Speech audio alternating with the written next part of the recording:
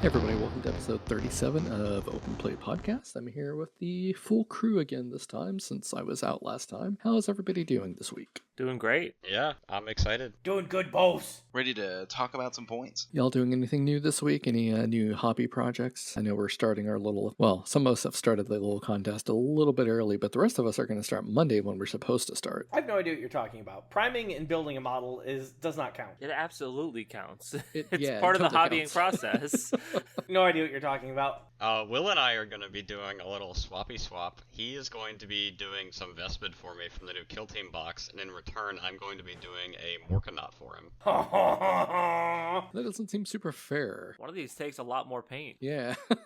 So, okay, he says this, but like, the Vespid, I have plans. I'm going to try and make them look like praying mantis or bumblebees. One of the two. And if I do bumblebees, I'm going to have to learn a new technique, which is masking tape to make clean lines. So I've legitimately been looking up, and I'm going to try to do some non-metal metallics for the first time ever on Preston's models, on their guns. So, you know, he gets to enjoy me learning how to do certain techniques on his models. So I'm very excited for this hobbying stuff tomorrow that I'm going to start on. For now, I got nothing else on my desk. I got some Killicans glaring at me from my hobby corner and some Snagaboys, which we'll get into when we get to points. He's running Culta Speed, and he's not even running the cans.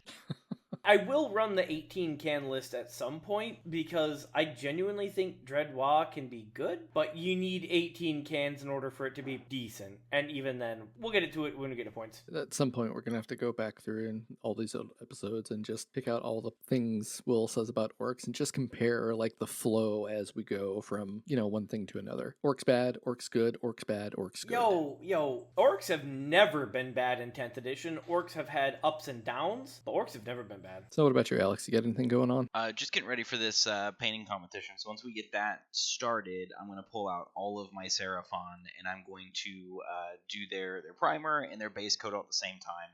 And then after the painting competition, I'll have those ready to paint at my desk. So that's the plan currently. You mean you're not already done with your competition piece? Really? Well, you know, I figured that I would, build it and then prime it and then base it. And then I did a little bit of dry brushing, but we all know that doesn't really count until like really in the details of it. So As long as you haven't done like the highlighting, you're kind of good. I did that. I just haven't based it yet. You know what I mean? That's the real art form here. He's done everything but paint the rim of the base black. So it's not done, doesn't count.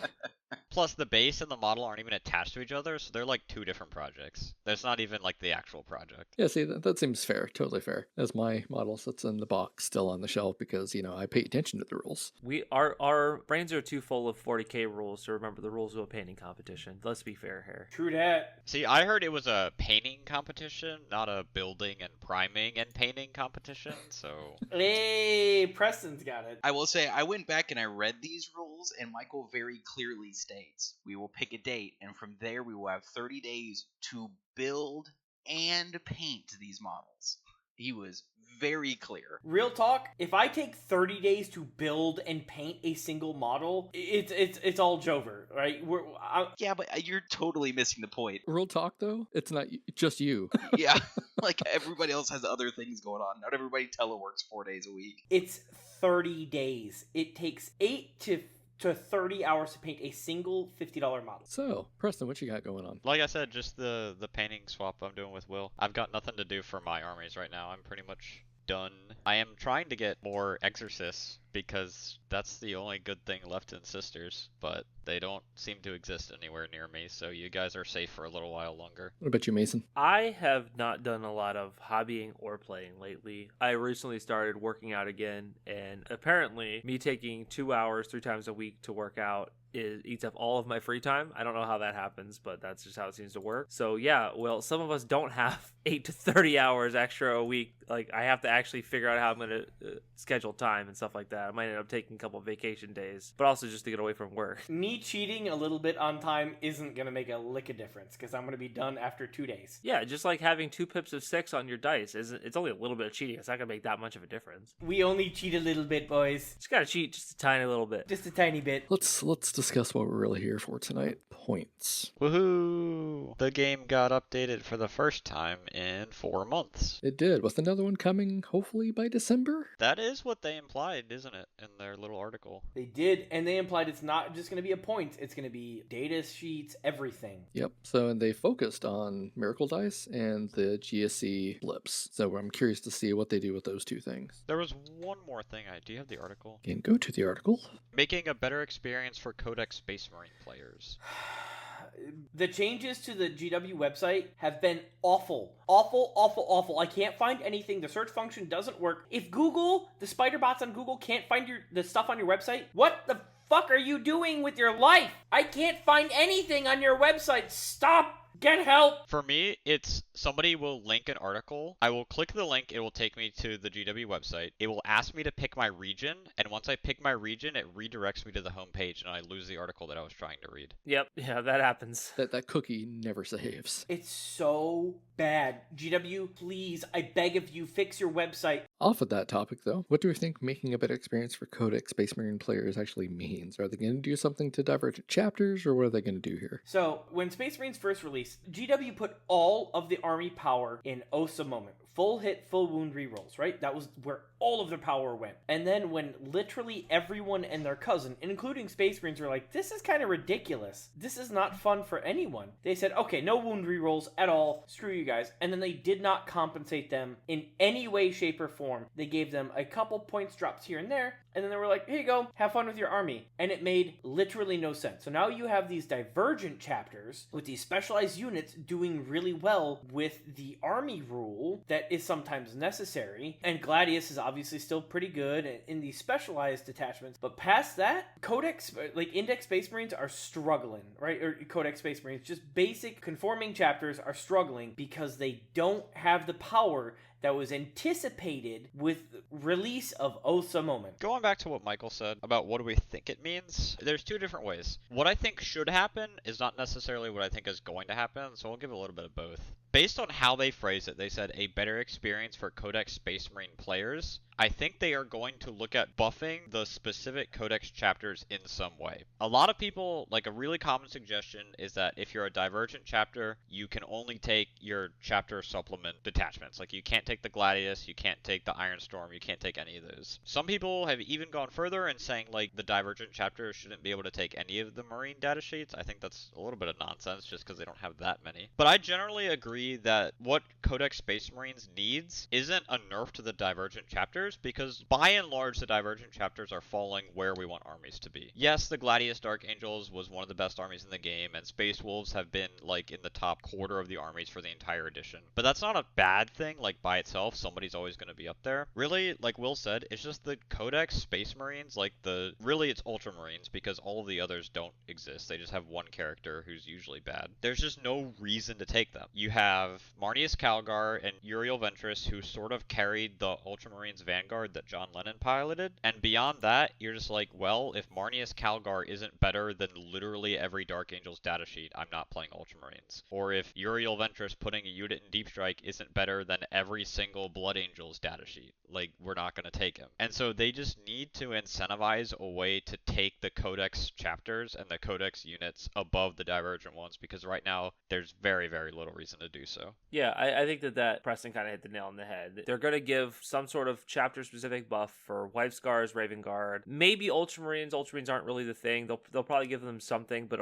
it hopefully is the weakest of the compliant chapters. Because ultimately, why would you ever play a White Scars army? Kasaro Khan, not that good, and that's all you get. If you're playing White Scars, you're only doing it for the fluff. You're not doing it because you want to play a competitive army list. You're better off converting some Raven Guard bikers and playing them. Not that Raven Guard bikers are the most competitive, although we'll talk about it later. They got a little better, but I think that you're giving up a lot of power to play these Codex compliant chapters that isn't really reflected in any. You're not getting any payoff for it. Yeah, like you could pay 70 points to give your Blade Guard veterans Lance, and then you lock yourself out of every other chapter. Like, what are we doing here? I mean, look at the current Space Marine win rate. As far as this is the stat check data, the most current data they have posted ending on October 14th. Over 1,000 games played, 195 players, and 37% run rate. The very, very, very bottom. Space Marines are not that bad. Right, they are not literally worse than Imperial agents. The issue is that all of the players who like to win aren't playing them. And so you're not getting like your faction experts and your specialists to help bump your win rate up. I would put them as like a bottom 5 army. I would put them in like low 40s to mid 40% win rate. They're not actually 37. And to tack on to Preston here, you do not want Space Marines as a top 5 army. Straight up.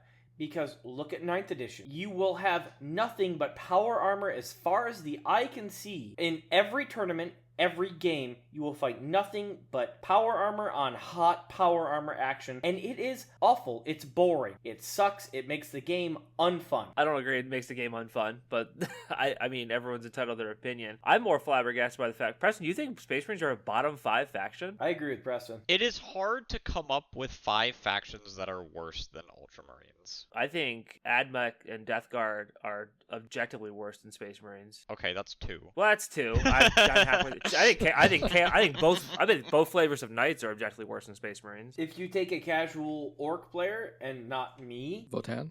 Votan? Votan are pretty good. They're good, but they only have like 6 data sheets. Votan are very much hard countered by certain armies. I would say most orc lists, unless you're running a very specialized orc list with a very good player, they're below Space Marines right now. As a Space Marine off the street, Ultramarine off the street, and an orc off the street, orcs lose. It's hard because you lose so many factions by because I'm not going to compare Space Marines to Black Templar because it's literally impossible for Codex Space Marines to be better than Black Templar right now, right? You just can't have it. You have all the same data sheets except for, and then some more. Like, you can't be better than these other ones. But it's also the thing we've said before, Space Marines are the army that always comes in every single box. It's the army that anybody who decides, hey, let's start this game, typically gets an army box full of Space Marines, and that's what they play. That also brings the win rate down significantly. Like, I am not a Space Marine stan. I don't. Space Marines are definitely not my favorite faction, but I think that they are the definition of a mid-tier faction. I don't think that they're on the bottom. I think the game should be balanced around what these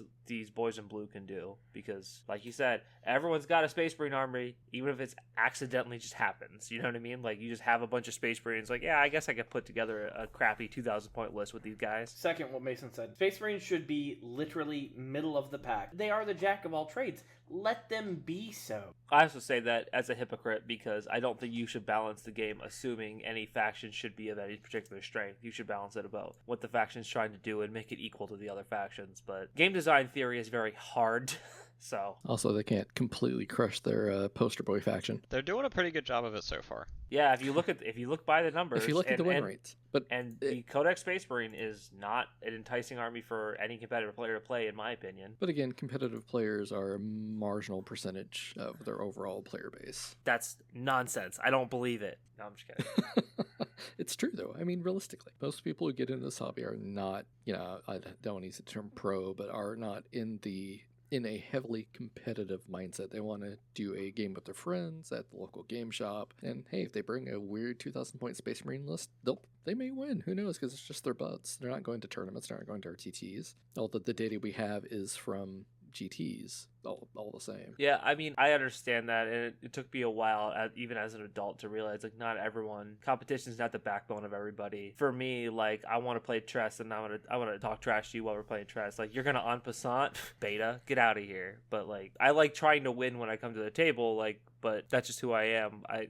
I'll have fun if I know that's the goal. Like, we're not gonna go for each other's throats, but my instinct is, all right, we're gonna play a game. Someone is trying to win. I'm going to crush you. I mean, I'm with Mason. That is literally the point of games. They're competitive in a sense for a reason. Everyone can have fun, and that should be the goal, but, like, if your goal is to win above all odds, like, Yeah, and I'm going off tangent here. We'll go back to points here in a second, but I just think, there are definite different levels of competitiveness. There's playing with your friends, and I want to win the game. And then there's going to a 400-person major and, wanting to be first place there. I agree with that. Most people who play in regular RTTs know they're never going to win a GT. If you're not going to put in the time to do it, you're not going to do it. Like I said, I started working out again. I started swimming again. I know that I'm never going to go to the Olympics. It's not going to happen for me. First of all, I'm older than all the Olympians are right now, so that doesn't really help. But I know that I want to do my best at what I am going to do and what I have fun doing. I'm not going to compromise having fun with my hobby in order to try to push myself a little bit farther. So if you don't have fun doing re-racks for 6 hours, don't do it. You don't have to. No one's the boss, you but you. Like, whatever. It has a lot to do with strength of character, in my opinion, right? Like I want to win, and I will try my best to win, but I will never compromise my morals to try to win. Like, if Preston rolls a bunch of 6s on his saves, congratulations. I'm gonna laugh as he fails his 2-inch charge, and I'm gonna laugh as I fail my 2-inch charge, because it's funny. Why would you not? Well, I mean, if you bring dice that only have 6s and 5s, then you don't need to worry about it. Hey, oh my god. We can't go into this, Michael. You can't derail us like that. Like, that is too funny. We already said it once. We can't go back. Oh. All right. So these holy little girls. Let's talk points. We're going to go in order here, a faction, I think. And I have, for those listening at home, I have the current MFM, and then I have the previous MFM, just to compare the points between what was on 12th change versus the 13th, which we have now. So Sisters is up first. Preston, how sad are you?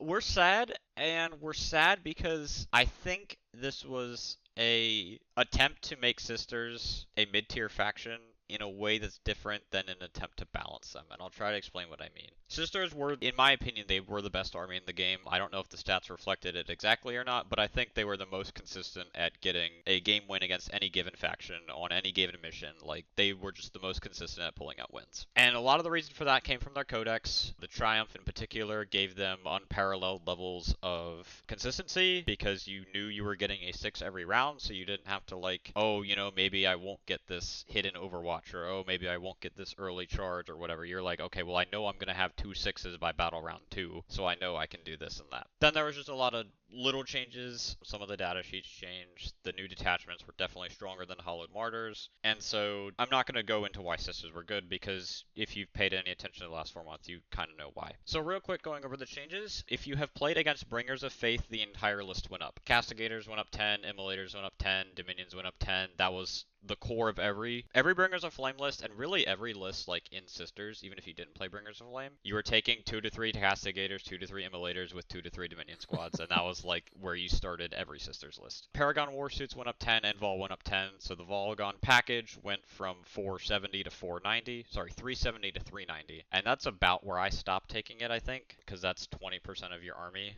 and sometimes they don't actually do anything that's super relevant. The Dilo just went up 10 from 30 to 40. That's simply because it was a 30-point unit, and GW doesn't want those to exist anymore, which I'm actually sort of fine with. Seraphim went up 5 from 85 to 90. Zephyrim went down 5 from 90 to 85. It was ludicrous why the melee unit was more expensive than the shooting unit, especially when the shooting unit had Fire and Fade. Seraphim are still better than Zephyrim, it's not close, but now you have to pay 5 points more for that. To counter Dominions going up 10, Battle Sisters went down 10, so now you sort of swing back to bringing Battle Sisters because they're 20 points cheaper than Dominions. Yes, Dominions get the extra Melt-A-Gun, they get the reactive move, but it's not worth paying 20 points for that. And the Triumph went up 30%, it went up 60 points from 190 to 250 because GW realized that getting 6s every round is good, and also getting plus 3 to 4 inches on your movement in an aura is also very good. I have cut the Triumph for now. We will see in the future if the Triumph makes its way back in, but I think it's worth experimenting without it because 60 points is a hefty price cut. Yeah, 250 is crazy. And then Bringers of Flame specifically, you got 10 more points on Fire and Fury, so now you probably stop seeing that package, and plus 5 on literally every other enhancement just because GW wanted to say fuck you to Bringers of Flame. As a whole, the Bringers of Flame list went up about 200 points, which if you're looking at going from index to codex, my list also went up like 200 to 300 points. So we're officially at like plus 30 to 40% on every unit going from index to codex at this point. And it's sort of disappointing because this will curb their win rate, right? Like you don't take a 200 point nerf and come out unscathed. They're not that strong. They're going to go down to like 50 to 51%. You're still going to have people who are good pull out things with the units, even though they're a little more expensive. But they just nerfed everything that was good, and you still have to take them because they're still the good units. Like, yes, the Castigator went up 10 points, but literally nothing in the Codex does what the Castigator does, which is shoot you at range, so you still have to take Castigators, they're just 10 points more expensive. Things like Repentia and Arcos didn't go down, so you don't really have melee threats that are worth bringing. Sacrosants you can bring like one unit in Hallowed Martyrs and feel sort of okay about it, but they didn't go down either. And I get it. They didn't want to pull an Eldar, where near the beginning of the edition, they were like trying to be cutesy with Eldar and they nerfed them and buffed them, and they ended up just staying like the top army in the game. I think they could have been a little more lenient with Sisters, because I don't think Sisters are as big of an outlier as early Eldar was. I think they could have thrown them a couple of bones here. But as a whole, like, it's not really anything other than what I was expecting. We'll just have to wait until January to see maybe if Sisters get brought back down and then GW gives them a couple more other interesting things to do. Because right now, pretty much the way to play Sisters is to just play what you've been playing with points cuts on all of your units. You see, people running Pendant Host maybe more because Bringers of Flame now is now so much more point-wise? No. And I'm going to be playing Penitent Host tomorrow, but building that list was painful. Because, like I said, all of the good units are still the good units, right? Because the Cascadator took a 10-point increase, that doesn't mean Repentia are suddenly good. Repentia are still ludicrously overcosted. There's, in general, not enough Penitent units to actually make Penitent Host work. You've got Arcos, which you can actually take 3 units of. Repentia, which I only ever wanted to take like 0 units of, and I forced myself to take 1. And then you've got Mortifiers and Penitent Engines, which are both not that good. They're like 70 to 75 points, and they have a 4-up save and a 6-up invuln, and they'll die to anything that kind of like puts things into them that aren't bolters. Penitent Host is the exact same problem as Bully Boys.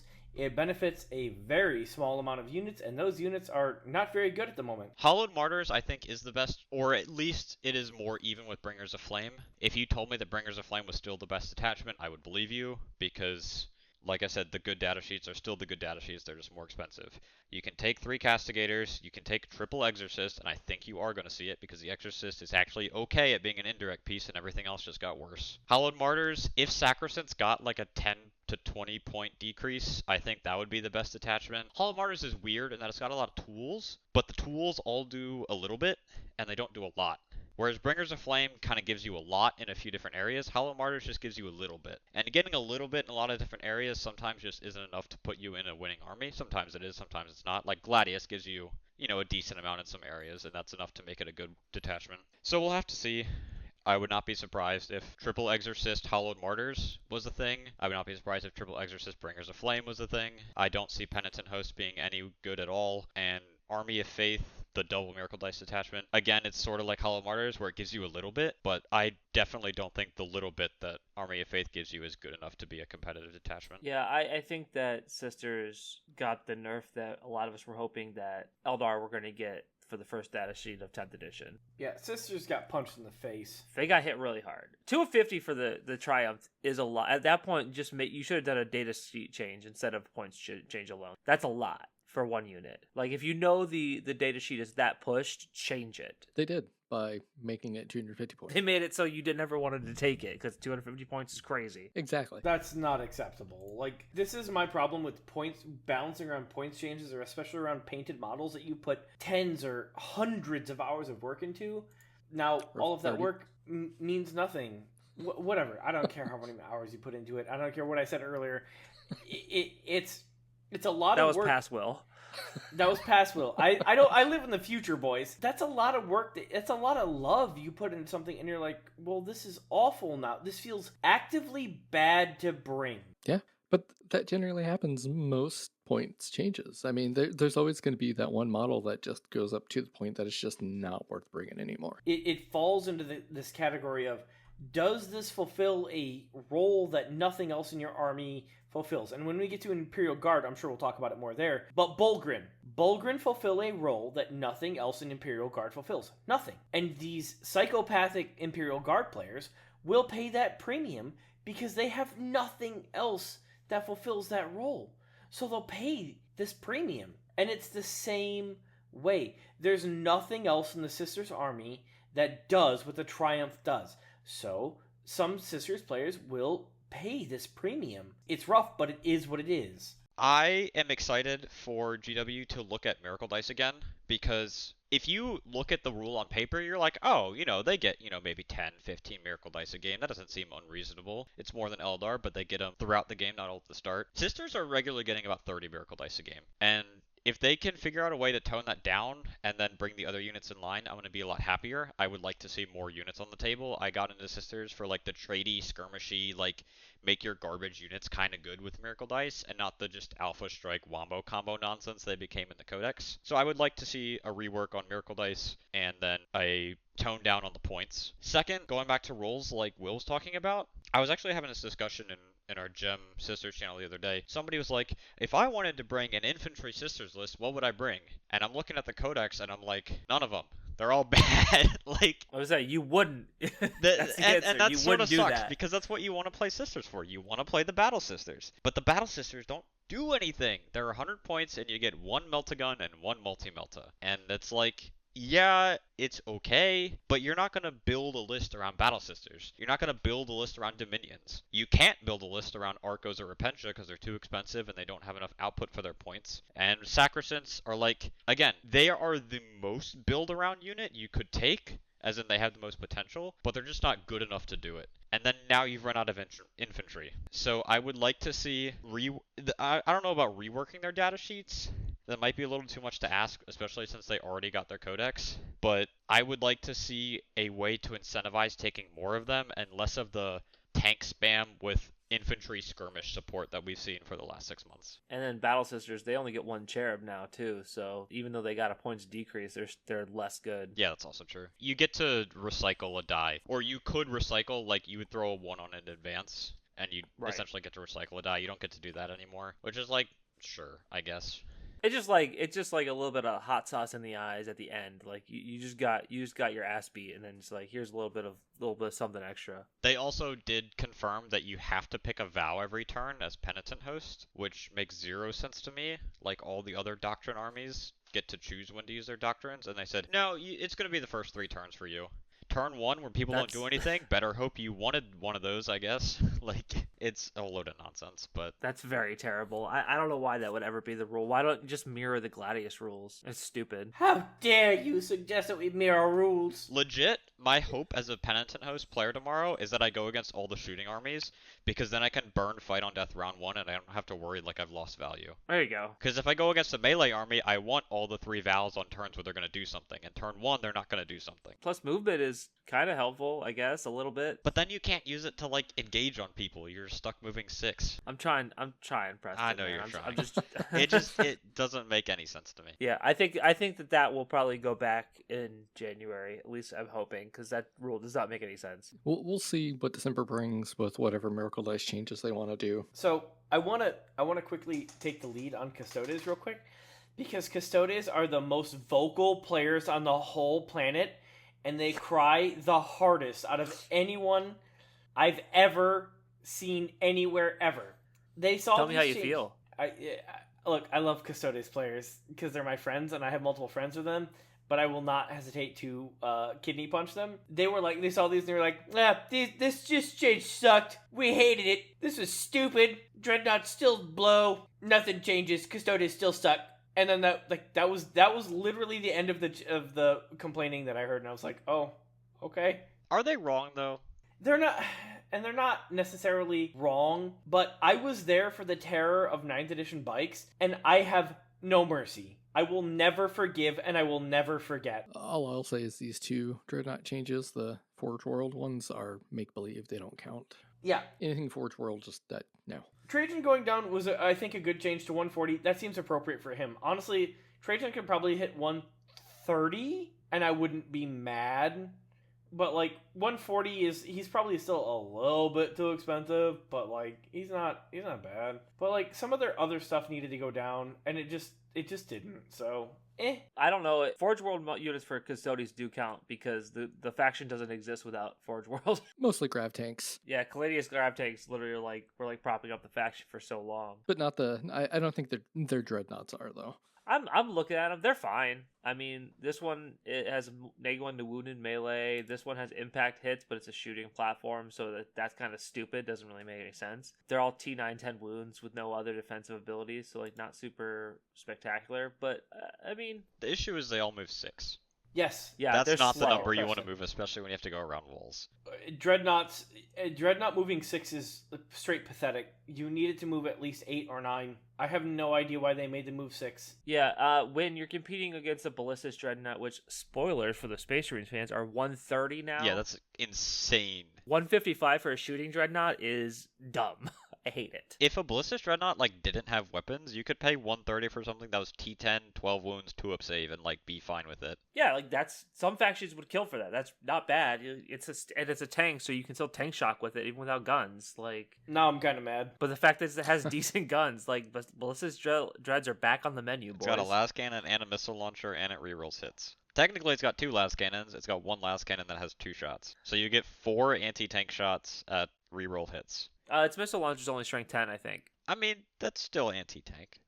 Yeah, it's not gonna heavy tanks. It's not gonna hurt, but like I mean, 5's the wound is still relevant shots, and like it's still popping transports. You could put a ballistus into an armature and be pretty happy about it. Absolutely, yeah. Like you're gonna do some amount of damage probably. So I don't know anything about AdMech, so I don't know what these units do. I will recap what our boy Jeff said. AdMech got an overall nerf. It wasn't the worst nerf, but a lot of so this is Will's opinion. This is a common theme here. The models that went down in points were like, okay, they still don't do anything.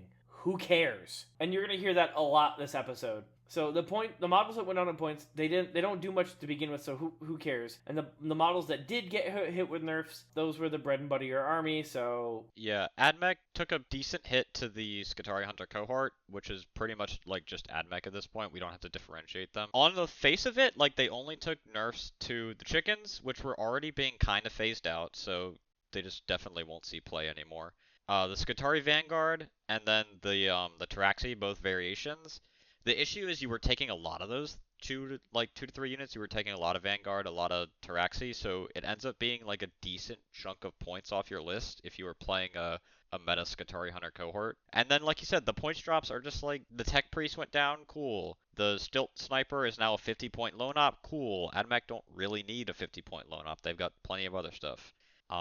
The Electro Priest went down. I mean, yeah, you can look at taking these units, but it's not going to flip a list that was using these on its head. It's just going to give them, like, an extra 1 unit, maybe, an extra character. And the Onager went down, which is probably the most exciting thing from this update, but AdMech did overall take a little bit of a nerf. I'm not sure that it was really warranted, but they took it. Yeah, I mean, they weren't putting up big numbers, right? But they got something, I guess. I mean, they're, as far as the last stats go, are a plus 50% win rate. So Yeah, but like armies are allowed to be there.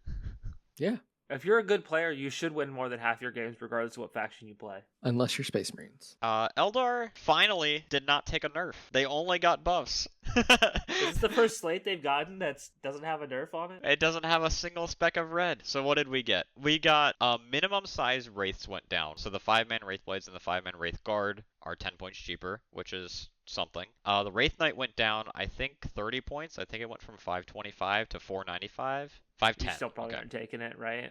Probably not. It is below the threshold where you can put it in strategic reserves, which is actually like an important thing. You probably don't take it unless the meta is super tank heavy, because they still like blow up tanks and then fire and fade. Oh yeah, that is a thing. It's worth looking at 495, honestly. The issue is a lot of the cheap Eldar stuff went up, and so when you were taking a Wraith Knight at the beginning of the edition, it's because you had a lot of cheap stuff to back it up, and now the cheap stuff is actually kind of expensive. The Wave Serpent went down. It's fine. The issue is there's not a lot of things that really want to go inside of it, because Eldar stuff is generally pretty fast. So we'll see if somebody comes up with something good to put in there. The Warlocks went down. They don't do anything at all, so who cares?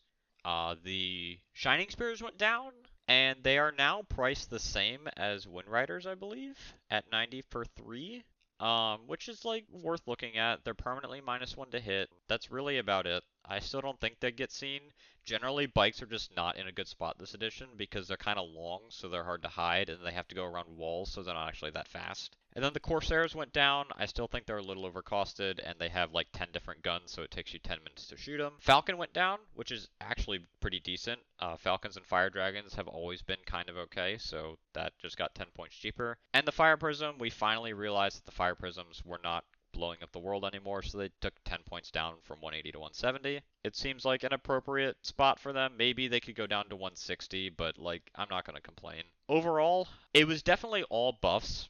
I just don't see what the buffs get you. Like if you were taking a Falcon Fire Dragon package, congrats, you just got 10 points. What are you going to do with 10 points, right? Maybe you see Shining Spears, maybe you don't. Everything else is like, if you were taking them, you got 10 more points, and now you don't have anything to actually do with those 10 points. Yeah, it seems like kind of nothing. Because no one's taking 5 Wraithguard, right? Like, that's just not happening. You could take 5 Wraith Blades because it's 5 Terminator bodies for 160, and maybe you put them in a Wave Serpent, so now that whole package just went down 20 points. It just doesn't feel like what Eldar wants to be doing. They can go in a vehicle? They take up 2 spots, so 5 can fit Oh, in in a Wave Serpent. Yeah. Right.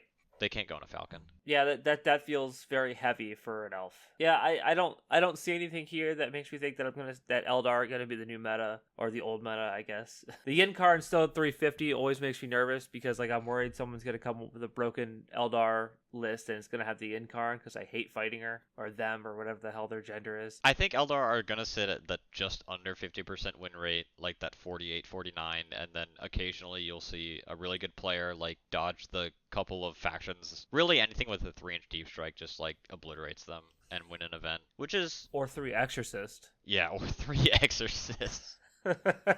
Oh, you Wraithguard shoot back? It would be a shame if I was killing them from behind a wall. Oh, all of your infantry is getting wounded on 2s at AP1 no cover? Oh, what a shame. So let's talk about guard. Will had some comments about Bulgrin, I believe. I fully disagree with Will's comments about Bulgrin. I think that this nerf was 100% warranted, and I think that I would still pay $220 for 6 Bulgrin without hesitation. You probably just don't take 18 anymore. I think that was his point, though. That, it was a warranted points increase, but people are still going to take them because that's what they do. So his point was that, like, oh, the Tribe of St. Catherine, they don't want you to take it, so they bring it to 250. I'm like, yeah, they don't want you to take the Tribe of St. Catherine. People won't take her at 250 because it's too much. Bulgrin, 220, I don't think is too much for 6 guys. I think that that's a justifiable price to pay. My point was, if there's a niche in your army that nothing else can fulfill, people will pay a premium. So Bulgrin at 220, I agree with Mason. That's a reasonable-ish price. That's a lot. Honestly, that's a lot. That's a steep cost. But it would be the same way as if an orc, if you asked me to pay 220 for a gladiator lancer. Would I pay 220 for a gladiator lancer in orcs? I might, because I don't have anything else that fulfills that role. It's the exact same way with Imperial Guard with these Bulgrin. There's nothing else in the game other than maybe Redemptor or Deathwing Knights, neg-1 damage stuff, that can withstand a charge from 10 knobs and a war boss, other than 10 Bulgrin and the aforementioned units.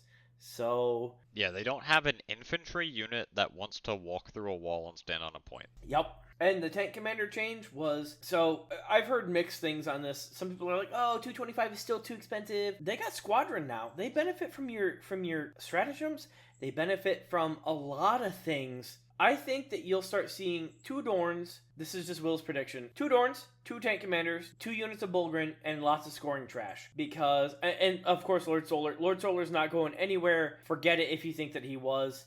No, he's like the first thing you add to the list, right? Like, he's too good. He's literally the first thing that you add. Why, if you don't add him, you're big dumb. And you're gonna have all the orders. You're gonna have an entire faction of hitting on 3+. Dorns are still completely outrageous, and they didn't get touched. Dorns are stupid. Dorns are one of the dumbest units I've ever seen. They are insanely tough. They are Overwatch, terrifying. You don't even need rerolls. Why would you need rerolls when you have 400 shots that are basically las cannon shots? Who cares? Just roll it anyways. Maybe you get lucky and blow up the enemy kill rig. Who cares?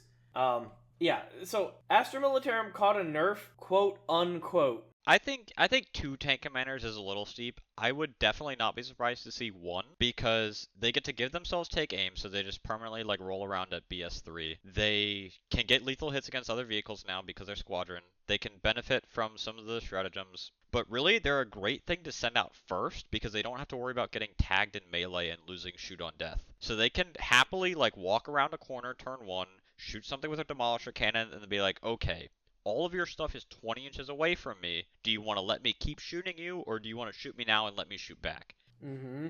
So I could definitely see, like you said, 12 Bulgrin, 2 Dorns, and 1 Tank Commander, and then maybe like a couple Russes and some of the Scion Bombs and Gaunt's Ghosts and all the other nonsense that Guard have always had that's always been good. Agreed. Moving a tank commander up onto the far objective where your opponent, they can't charge it, but if they blow it up with shooting, he's gonna shoot back and he's gonna hurt. That's gonna be a legitimate strategy because, like, is it 225 points gone? Yeah, it is. But you're gonna shoot back at whatever shot you and probably kill it. And I low-key think Scout Sentinels are still very good at 55 points for a single one. Yeah, that's what I was going to say. I think Scout Sentinels at 55 apiece is very attractive. I mean, they're fast, they scout. Yeah, 9-inch Scout, 10-inch move, 3-up save. That's a better stat line than a Piranha. They just nerfed the Piranha 5 points. That's the same exact stat line, except the Piranha's got a 4-up save.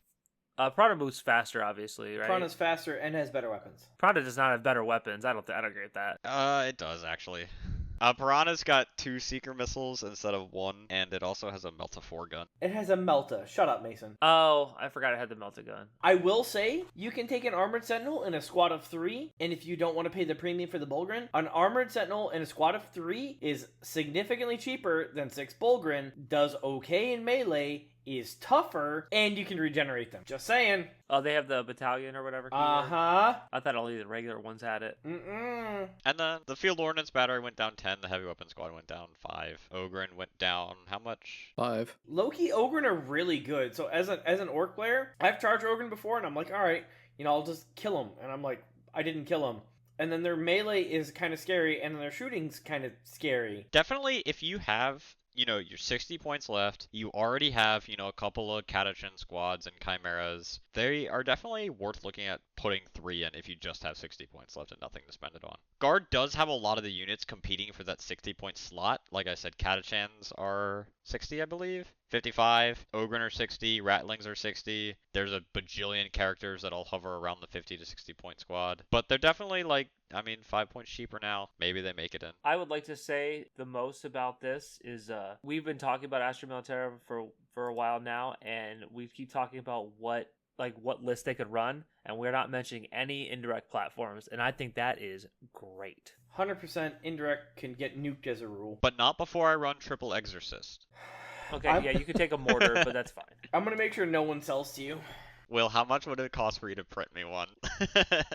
We'll talk afterwards, baby. Are you charging Will's me like, triple money. digits for this? So Crusader Squad went up. Or we're talking Black Templars now, by the way. Oh yeah, the big Crusader squad. They said, "Fuck that shit. We're no more Black Tide to everybody in our area." I know 2 players were getting into Black Tide. Yeah, that is $290 for 20 bodies. They got hit appropriately. This is appropriate. Black Templars now go to straight 50%. I think this is appropriate in my opinion. They're currently at 47%. 50% for Firestorm. If you have fought the Crusader spam, it is misery. It is awful to fight that many bodies with that much flexibility, with that much lethality. 20 guys with Armor of Contempt and a 5-up Feel No Pain.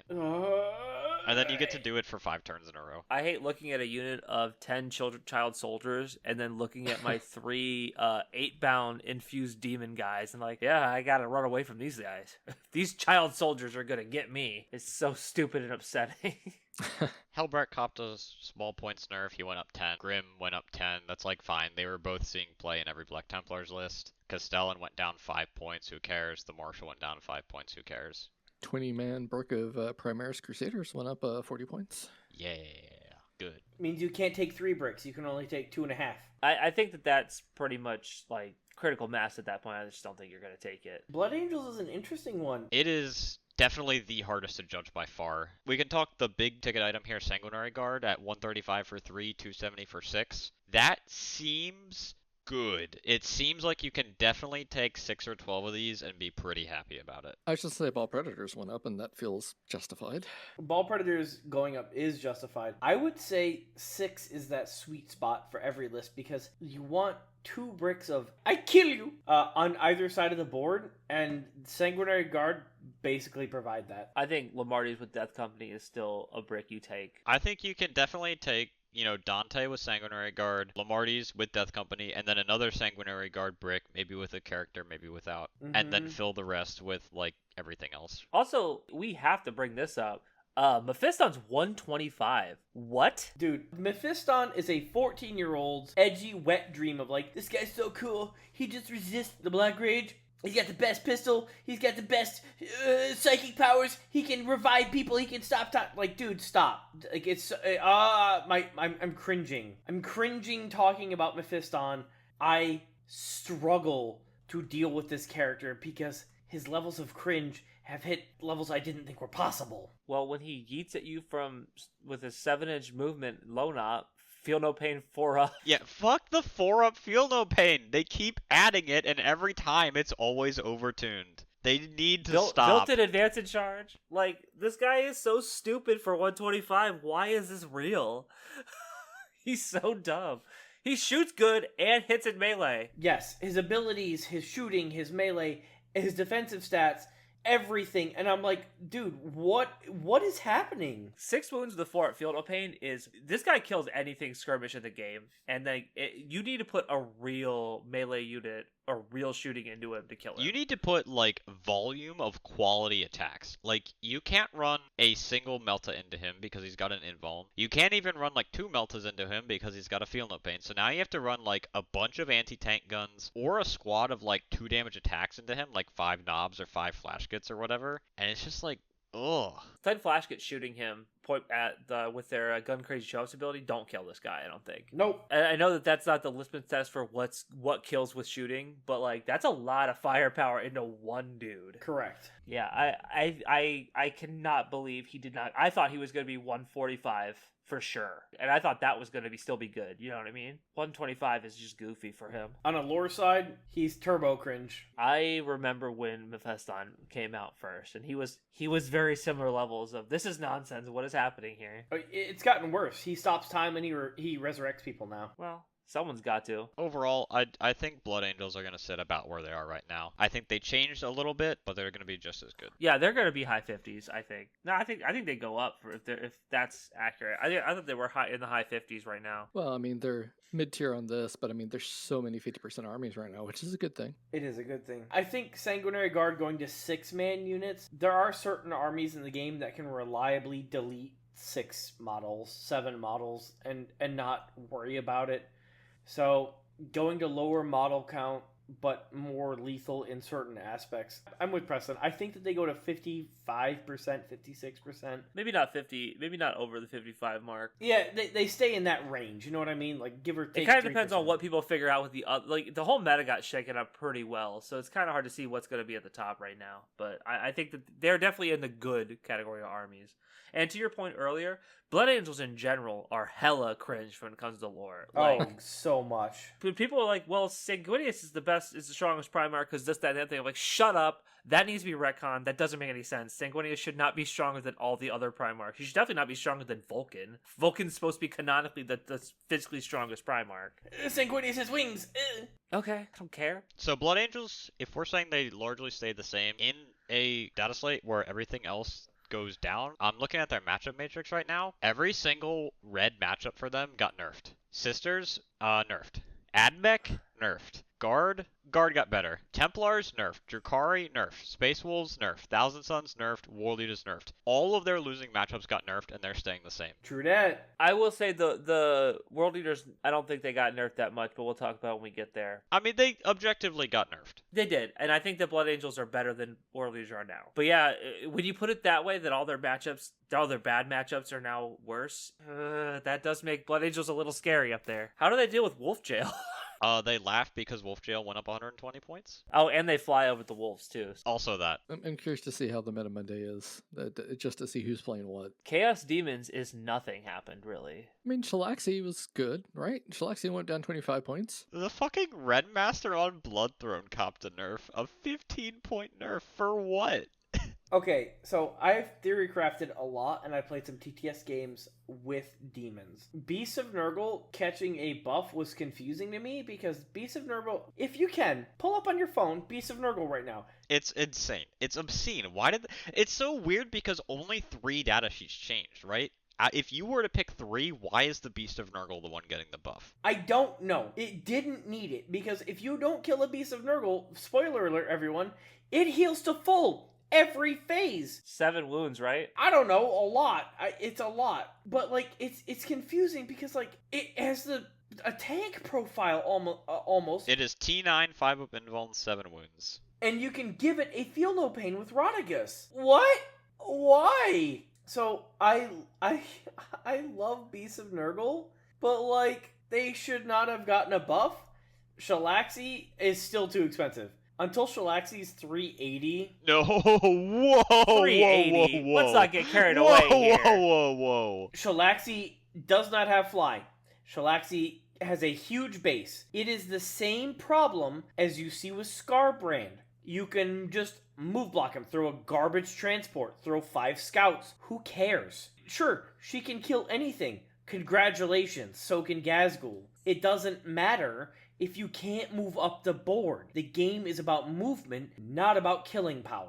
She's fast enough that she could theoretically up and over a wall too, though. Like, she does move 14. 14 plus d6 plus potential CP, advance and charge. Sure. So you're losing 10 to moving up and over a wall. So you're moving 4 inches over that wall plus a d6. Yeah. 7.5 on average, like that. It's not the worst. I'm not disagreeing. It's not the worst. I'll agree with you. She's overpriced right now. Like, what? She's what? 425. 425. I think you said 320. No, I said 375. She went down 25 points. I think she needs to stay at the 4xx mark. If she goes down to a number that starts with a 3, there's an issue. Yeah, I think between 400 and 415 is a good place for her. I could see as low as 390. That's like almost auto take category for me. It's like 390 for Shalaxi. I mean, on the face of it though, at 415, she is 20 wounds with a 5 up feel no pain and a 4 up invuln. That profile by itself should not start with a 3. If she was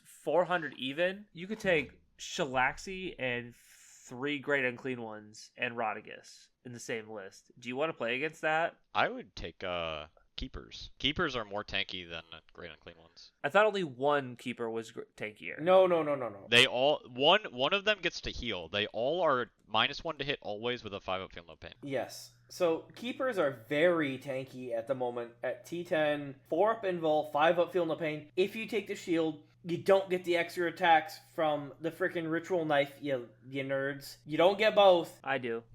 My opponent does. I talked to James Workshop. My opponent at Cold Arms does, apparently. Yeah, only if you're cheating. But you're still relying on 4 up invuls, which are rough. And they don't kill that hard. Let's be real. Their melee weapons are nothing to go... They will not kill tanks. They'll kill everything else. But they're obscenely tanky. And they have no rerolls. I really considered this weekend running 3 keepers and 18 fiends, but I'll probably do that next weekend or next time I play. I'm gonna probably pivot to demons a little bit more because I have the painted demons list. So 3 keepers, 18 fiends is a legitimate list, and it's scary because it's so fast and it's in your face turn 1, and you can't screen out fiends. So yeah. I still want to know what the Ren Master did. He was the guy that made all the Blood Crushers go Super Saiyan mode. You could take 2 or 3 of them, you could stack the buffs, so you could be like, hello, my Flesh Hounds are now damage 4, AP 4. Yep, and Blood Crushers would hit AP 4, damage 5? And damage 6 on the horns. Yep, and then the Bloodthirst... You buffed Flesh Hounds, Bloodletters, and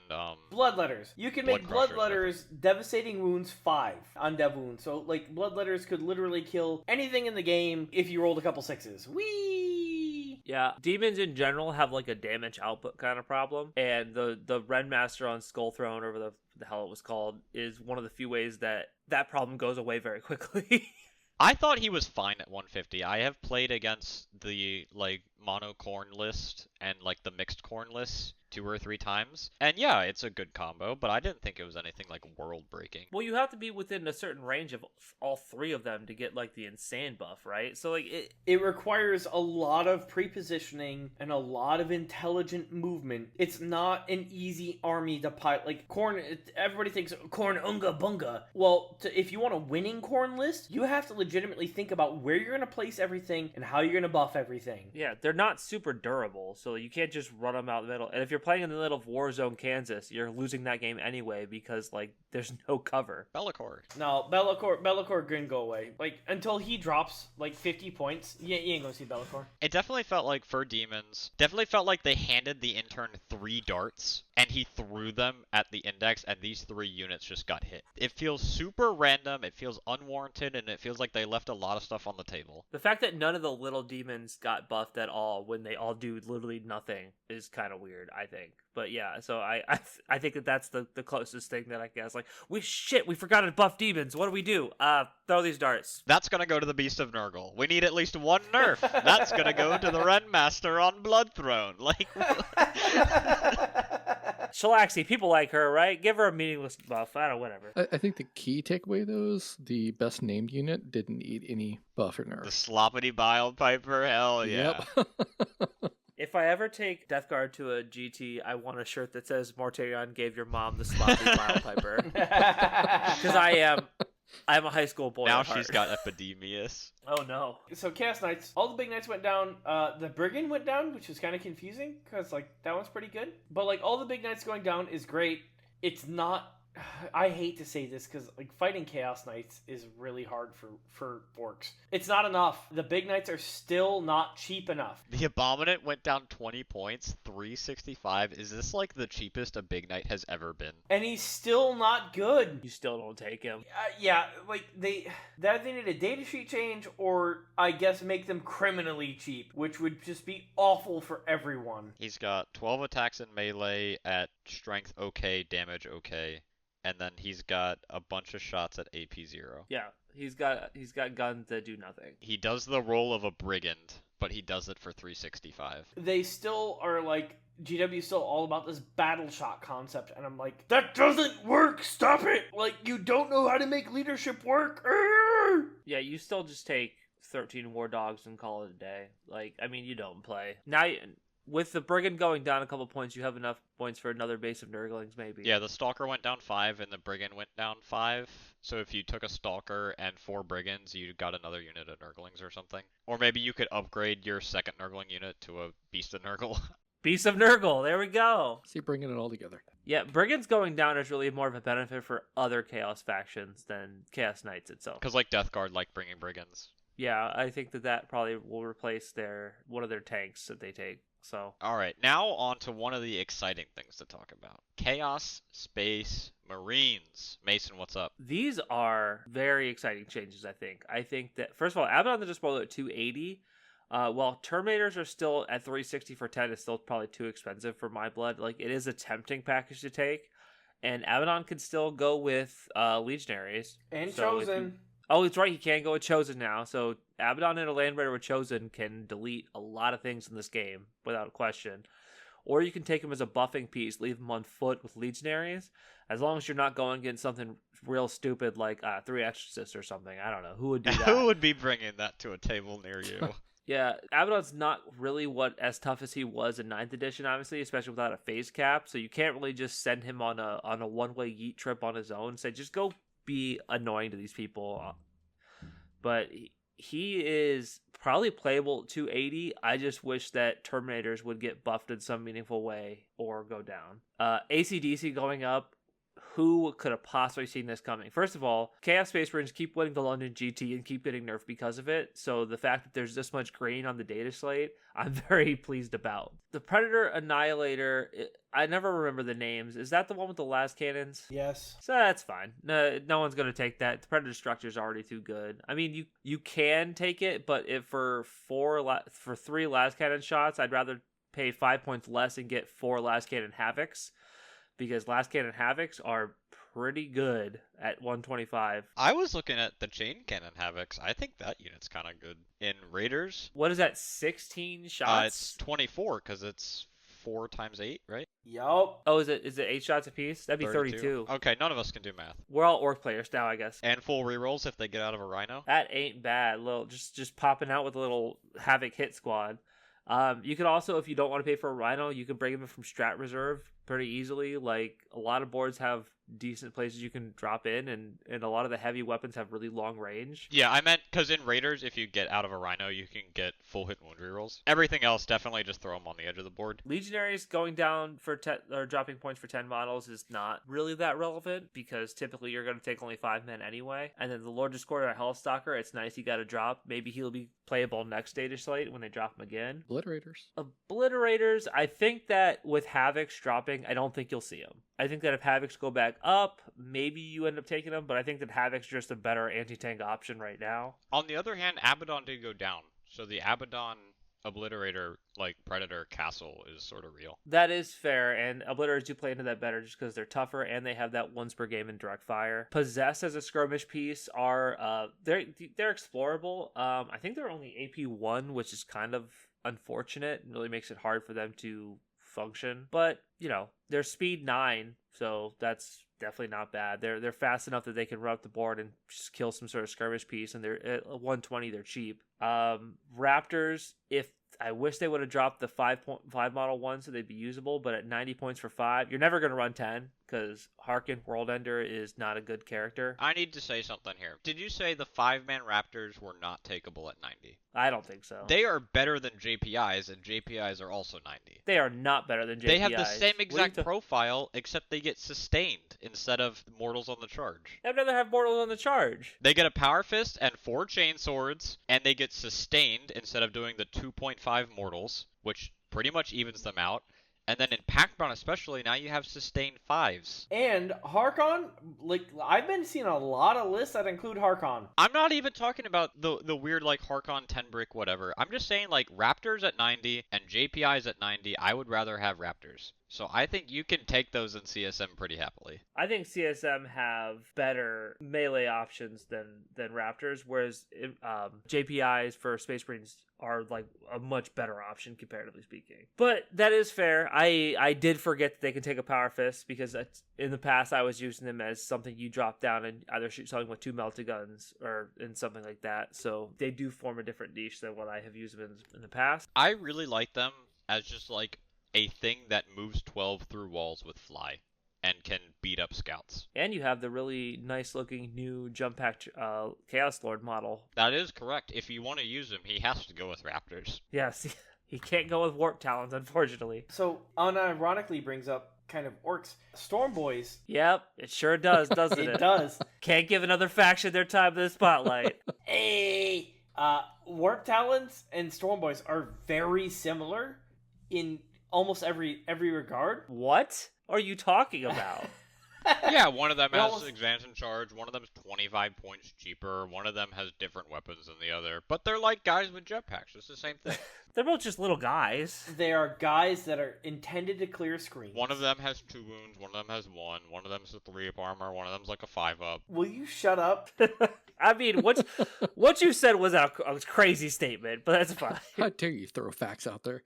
So there's a reason I'm willing to pay a premium for 5 boys. You're paying a premium? You're paying 65 points. And 10 boys are 80 points, Preston. They are the exact same profile as a boy, with the exception that they can move faster. The ability to fly and move through walls is insane.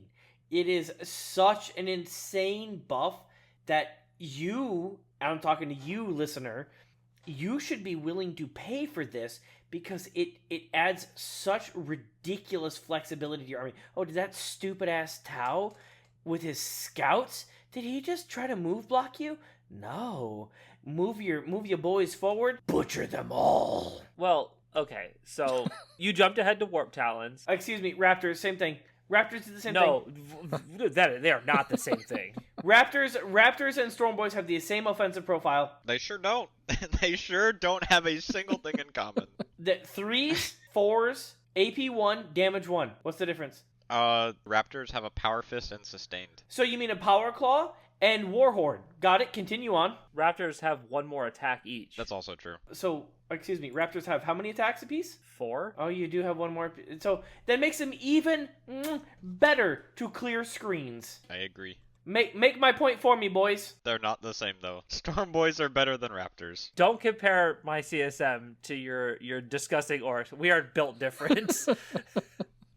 You're 65. You're 30 points cheaper. You're literally 25 points cheaper. You're like, you're taking a 30% discount here. For one less. So the whole point of Storm Boys is either score or clear screens, and both units do the exact same job for a similar point profile. Raptors It is do not it better. a similar point profile. 60 to 90. That's 50%, big guy. Okay. And you could always advance in charge. Raptors can't always advance in charge. I'm okay. Y'all want to keep trolling me? I'm not trolling you. I'm serious. Being a 65 point unit that can always advance in charge, like if CSM had that, I would take that. That's very good. I agree. Raptors don't do that. But so if my Storm Boys get to advance in charge past turn 1, you have made a bad choice, because that means my Storm Boys are still alive past turn 1. That's all that I'm saying. Like, Raptors require a little bit of firepower to bring down, or a little bit of melee to bring down. Storm Boys do not. But offensively, they perform the same role. Score points, clear screens.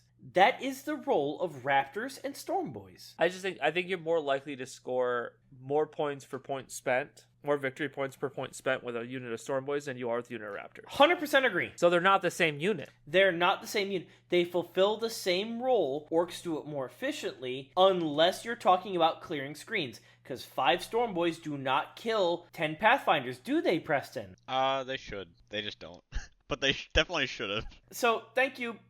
No, they shouldn't. Statistically, 3 are left alive, which is exactly what you had at the end. 5 Storm Boys should kill 10 5 Pathfinders? Storm Boys do not kill 10 Pathfinders. The end. We can pick that back up when we get to orcs. Yeah, that's fine.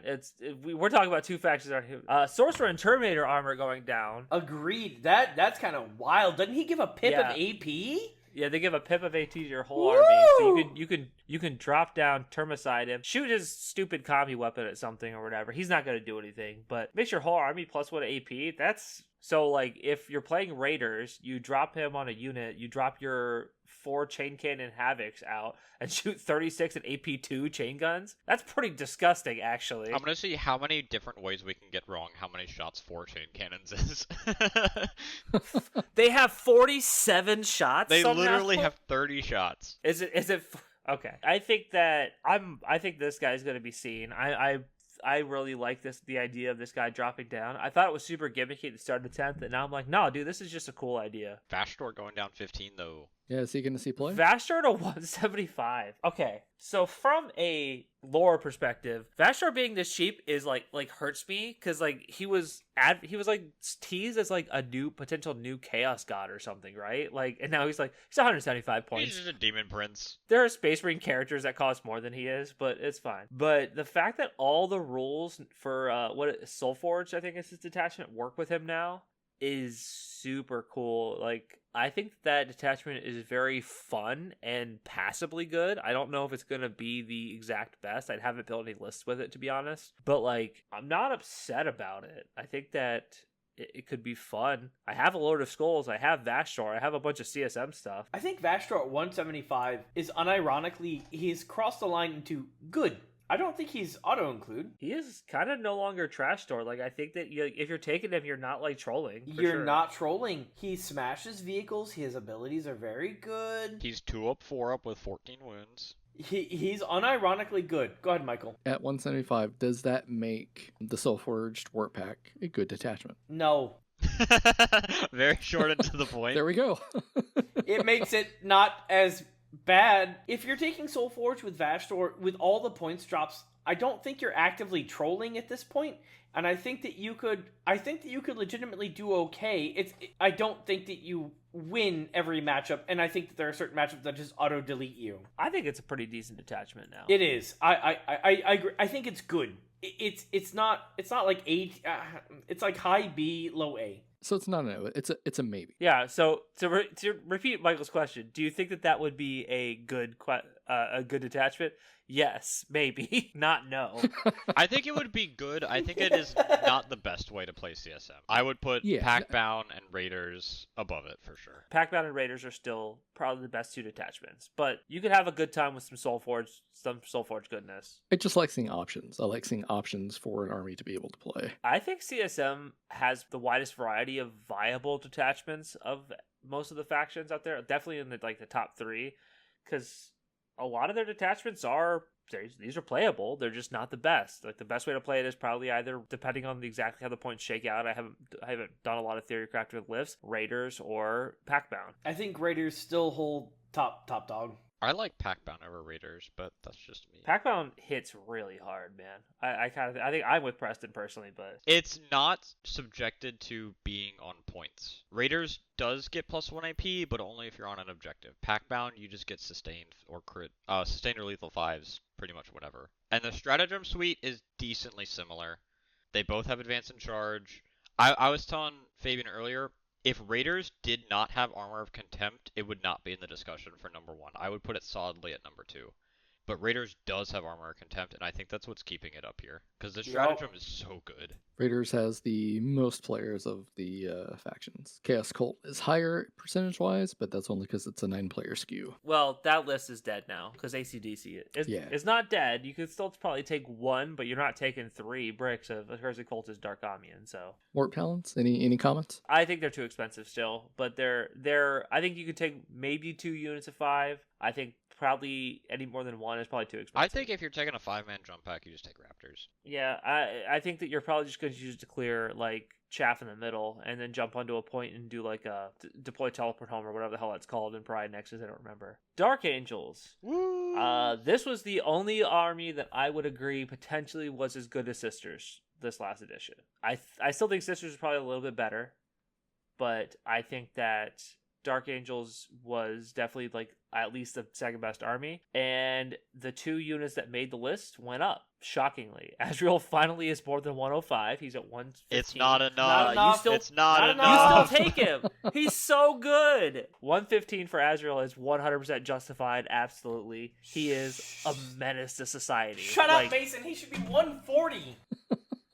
I just said he was still great. What More! are you talking about? I want every gun pointed at this man. I don't think he should be 140, but I think 125 is fair. Oh, okay. Deathwing Knights, 250 for 5. I unironically don't think that like kills them in any way. I think that I you think still that's can fair. take. Yeah.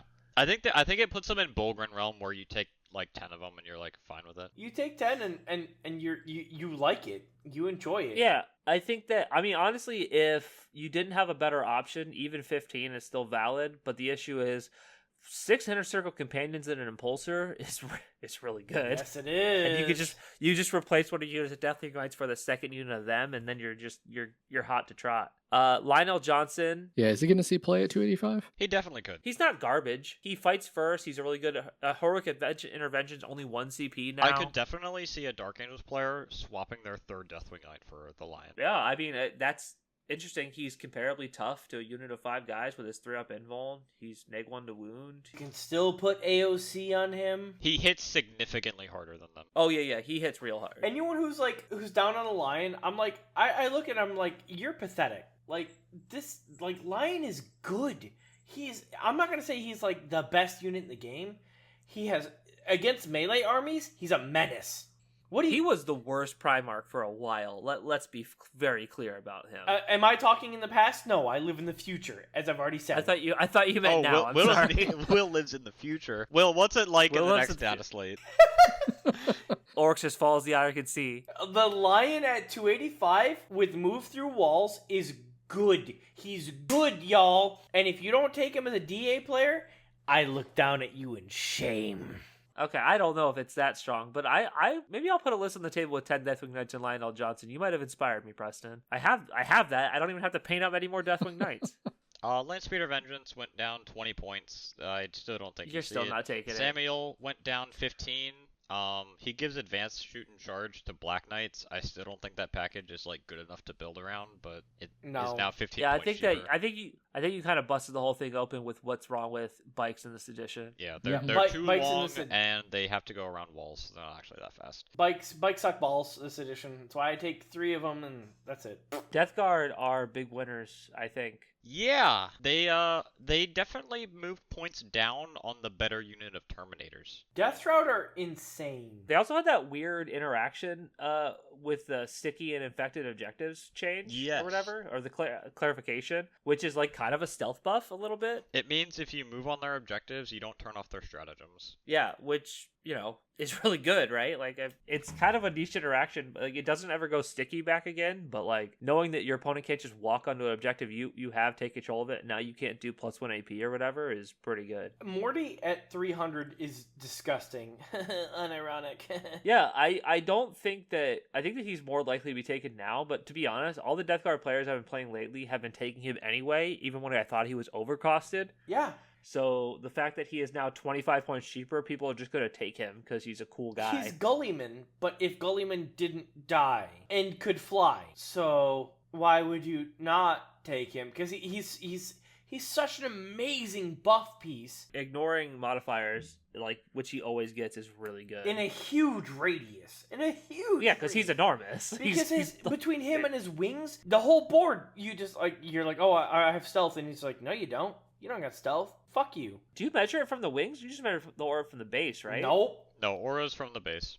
Is it? Yeah. Okay, you scared me for a second, Will. I was The like, yeah, only that'd be time real you measure stupid. from the model is if it's a vehicle without a base. He's a monster and he has a base, so he doubly measures from the base. Okay. Well, I learned something today, and I'm glad I came to the podcast today, class. There you go. The biology professor going up is irrelevant. You were going to take him anyway, so you just get an extra 10 points. Since they overall they're a winner. Their lists went down in points. For sure. Oh, Drukari. I'm actually excited to talk about this because I've been talking with Emery about this a lot, and we're both actually pretty excited for Drukari, despite all the red on this page. The Archon went up 10 points, and the Incubi went up 10 per 5. So a big Incubi brick went up 30 points. Lilith went up 10 points. Mandrakes went up 5 on the small squad. The Beast Pack took the biggest hit. That went up 15 points, because that unit's really good. That unit's stupid. Court of the Archon went up 10, which is sort of like a Haw, but sure. And then Drazar went up 10 just because they wanted to hit every single Incubi. And finally, 3 Reavers went up 5 points. The minimum size squad with the Heat Lances are now 5 points more expensive because they couldn't have bikes be good. And No, can't risk in it. exchange for all of this, Hellions went down 10 per 5. If you've never seen a Hellion this edition and you don't know what it is, it's basically the alternative to the Incubi, except they're way worse, so you still don't take them. Aren't they the Green Goblin guys? Yeah. Yeah, they're stupid looking, but in a real funny way. Wait, are you talking about the guys on the hoverboards? Yeah, isn't the hell? Yeah. So what this means is that your competitive GT winning list went up about 100 points. If you were taking something stupid like Triple Beast Pack, maybe you went up like 120. But generally, you go up anywhere from like the 60 to 80 to 100 point range. And so you lose a unit, but Drukari already had a shit ton of units. So in a world where everything else got worse, if you're one of the best armies in the game and you're losing a Drukari unit specifically, like don't think about a unit from your army where it's, a decent amount of points for a pretty decent unit. You're losing a garbage elf unit, like a unit of Mandrakes, or a single Venom, or a unit of Cabalite Warriors. They are still going to be pretty good. Agreed. Dark Elves are still real good. I think this probably hits them for 3% win rate, maybe, if we're talking just objective. Back to the Blood Angels thing. I mean, a whole bunch of armies got hit hard. They're going to go down. Drukari's probably going to stay put. Yeah, I think they're going to sit around that 52-53%. GSE are looking tasty. They're looking spicy at this point. A lot of units went down because they were stupidly overcosted when the Codex came out, and it was just a bad time. Aberrants went down for their minimum unit of 5. Went down 15 points. The hybrids with auto pistols went down, hand flamers went down, icon word went down, jackals went down, Benefactus went down, although it's really only run in really one real detachment. The Jackal Alphas, we may see him. Nephi hybrids went down, the Patriarch went down, the Primus went down. They ate a lot of points decreases. Outlander Claw, one of the enhancements dropped. Serpentine Tactants, let's see, what did it drop? 5 points. I still think Outlander Claw's low-key going to be one of the best attachments for GC at this point, but I think a lot of it will also depend on what they change with their blips. Like they mentioned in the article with Sister's Miracle dice. I want to know what they're going to change with the blips. Are they going to put it back similar to how it was at the start, but hopefully not as easy to get stuff back? I'm just curious what they're going to do. Overall, I think GSC stocks are going to rise, although they're already pretty decent. 52% win rate currently. I think that's probably going to stay the same, if not peak another percent, maybe up, depending on which detachment you're going to run. I think we'll see more Brood Surge, and I think we'll see about the same amount of Outlander Claw, but I'm just curious where they're going to end up at the end of the day. Overall, positive change for GSC, I think. I think most lists you probably gained with as much as you can put into a GSC list, because everything's pretty low points cost. You probably gained a good 50, 60, 70 points. So almost another unit. Yeah. Not bad at all. And also don't forget, they are going to be looking at reworking Cult Ambush in December. So exciting things are on the horizon for GSC. Grey Knights are definitely in the camp of they didn't get nerfed, so they got buffed. The 5-man power armor squads, like the Paladins and the Terminators, both went down, which is nice.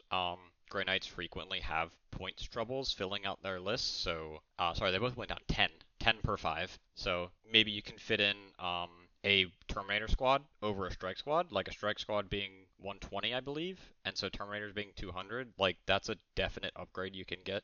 And then the Purgation squad went down 10 points, 10 per 5, 20 per 10.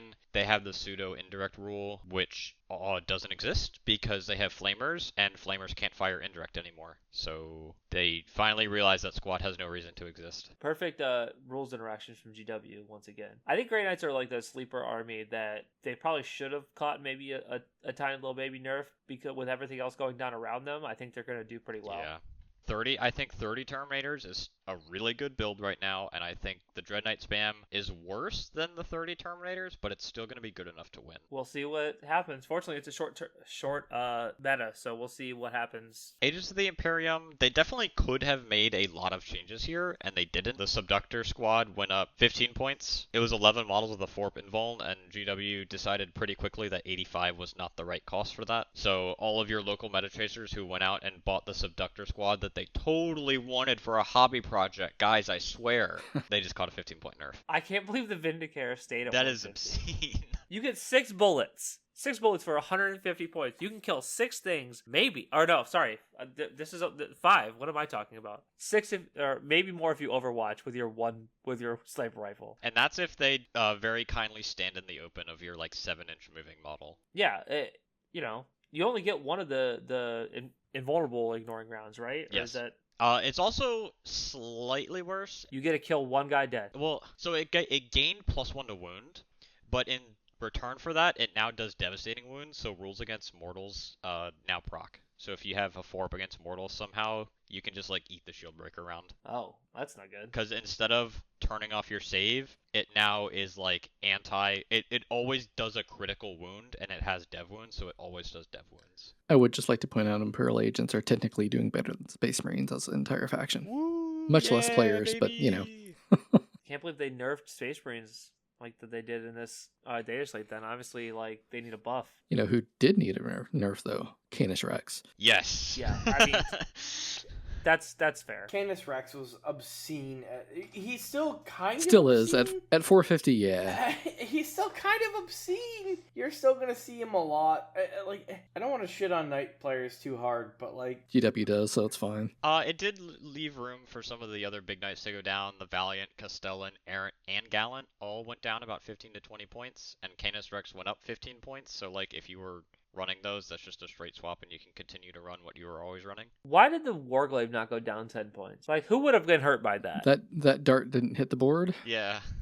It does feel weird that they put the Brigand down 5 and the Armiger's not down at all. But at the same time, there's so few knobs to turn for knights. It's just their problem. Yeah. Yeah, I don't know what they're going to do with their codex, hopefully coming in January, but definitely early next year. What are you going to do? Bondsman.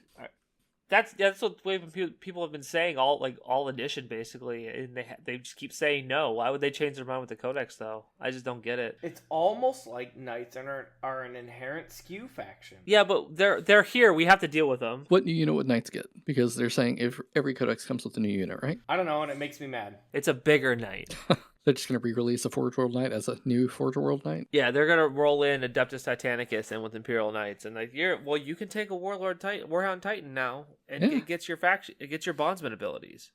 Oh, the ones that you can't afford to take because you spent 1,800 points on a Warhound Titan. Well, let's just go away from Knights and talk about the important changes here, like Jaeger's going up 10 points for Votan. Yeah, nothing. This isn't a change. Still a 90-point scout unit. Yeah, you're still gonna take them. Your list probably doesn't even really change. I didn't have a list for the previous version, but I mean, right now I'm thinking that I'm still just gonna take triple land fort, 2 5-man Hearthguards, a 10-man Hearthguard, a unit of Jaegers, and just whatever else fits. Well, that's the thing. Nothing does change, like you said. I mean, Hearthguard dropped in points, Jaegers went up in points.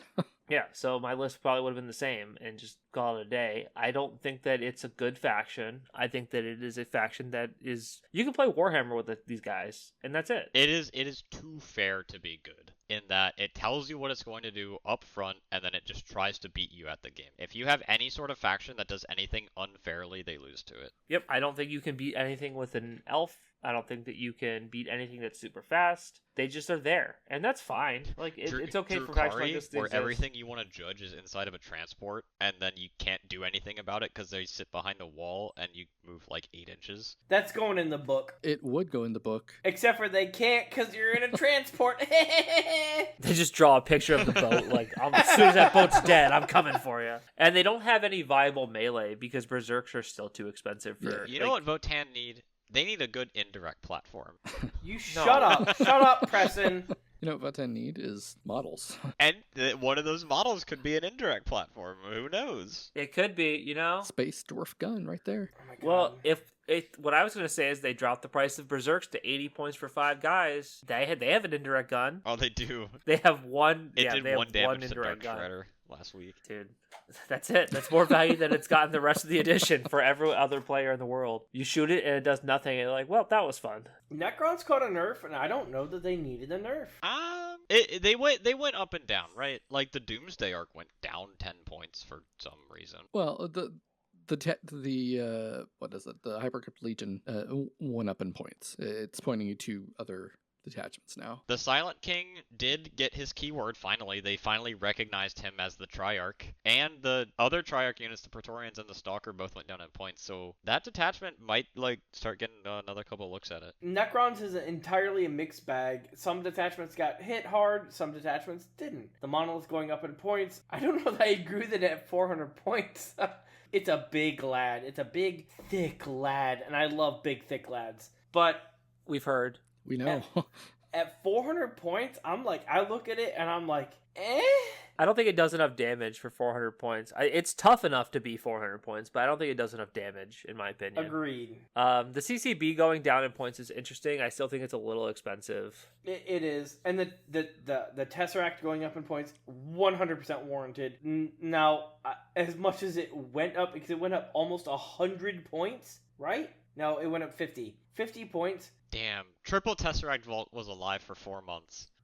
It's so big. You can't hide it. You don't need to hide it. You teleport them around, you 3-inch deep strike them, you give them rerolls and ignore mods with the Silent King. Yeah, so at 425, I think Tesseract Vaults are probably a little too expensive. Do you still see one here or there? I think you do. I don't think you see one. I think one doesn't do enough to justify. I think it was like triple or bust. I think that Necron's got a bigger nerf, not in points, but in the changes to secondary missions or secret missions. Yes, they can no longer auto-complete a secret mission and get primary. Instead, they just auto-complete the secret mission. Yeah, you can't just not play the game for 5 turns and just run on scoring bullshit secondaries and then score 40 points turn 5. Space Marines! Woohoo! So yeah, Space Marines caught some strays, but they also caught some justifiable nerfs. Like JPI's at 90 is probably fine. I actually thought they were 80 until you said that thing about Raptors, to be perfectly honest with you, Preston. I thought they went from 70 to 80, not from 80 to 90. 90 is probably where they should stay. Yeah. I think like 90 for a jump pack unit is sort of the baseline, unless you're Storm Boys for whatever fucking reason. Yeah.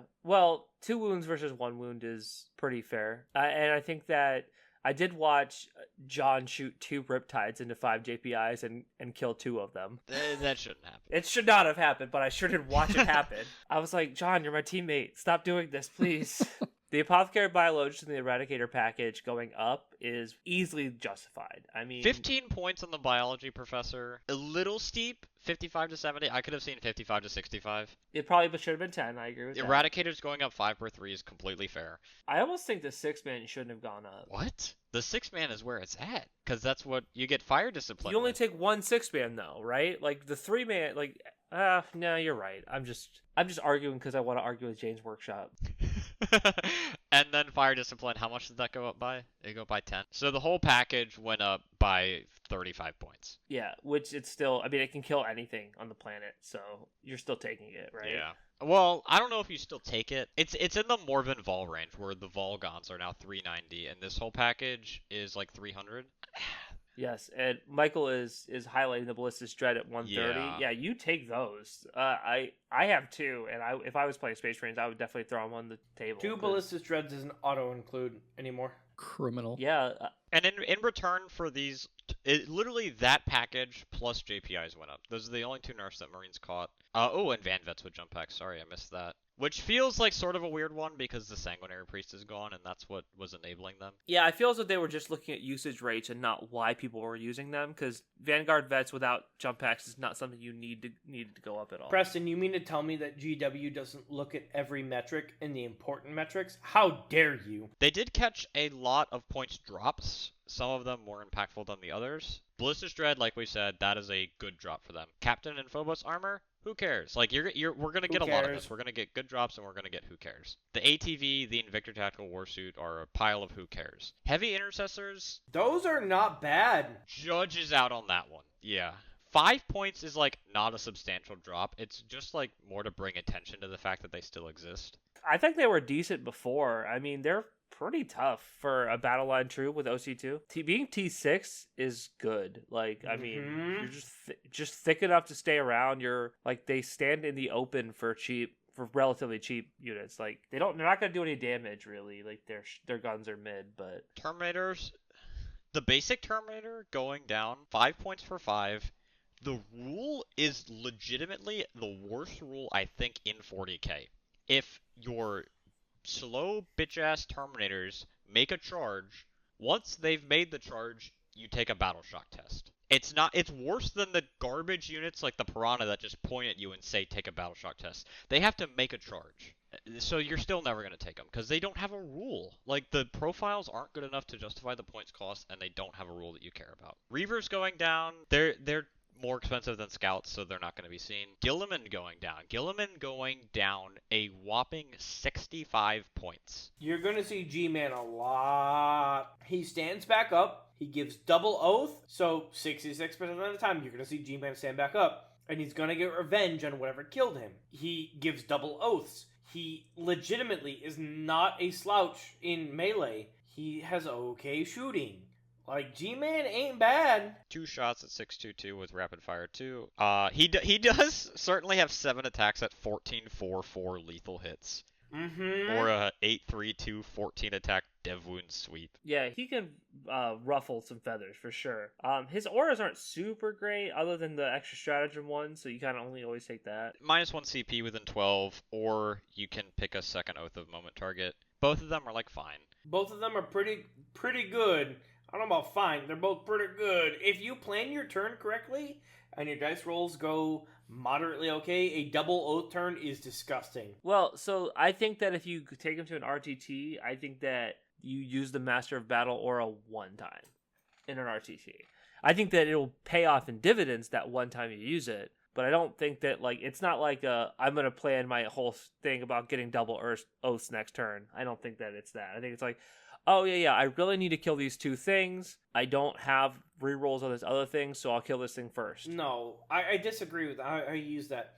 You use your oath to kill the thing that you want to kill, and then you say, I'm going to oath the thing that you want to move closer to me, and my aggressor with Marnus Calgar is right here. So go ahead and move closer to me so I can overwatch your ass. The Storm Speeders went down, and I believe it's the Hammer Strike, which gives you +1 to wound for 125, is like a pretty good value. I have seen them before at 160, is what I'll say, and so them going down to 150 is like not bad. I think it's worth your consideration. I mean, yeah, it's 3 pseudo anti-tank shots, I guess. Like, I mean, I would not call them like the last Talon's definitely more anti-heavy infantry and stuff like that, and then it's got that 1 strength 12 shot, so it's probably gonna pop some Terminator equivalent units instead. They're not gonna dome something by itself, but also it's not supposed to, right? It's supposed to give you +1 to wound, so you can put it into a big knight, do like 4 or 5 damage, right? That's a respectable amount into a big knight, and then the rest of your army gets +1 to wound. Yeah, I think that is probably the best way to use it, and then if you do damage with it itself, then it's just the cherry on top. Maybe the most exciting thing, besides the Ballistus and Gilliman,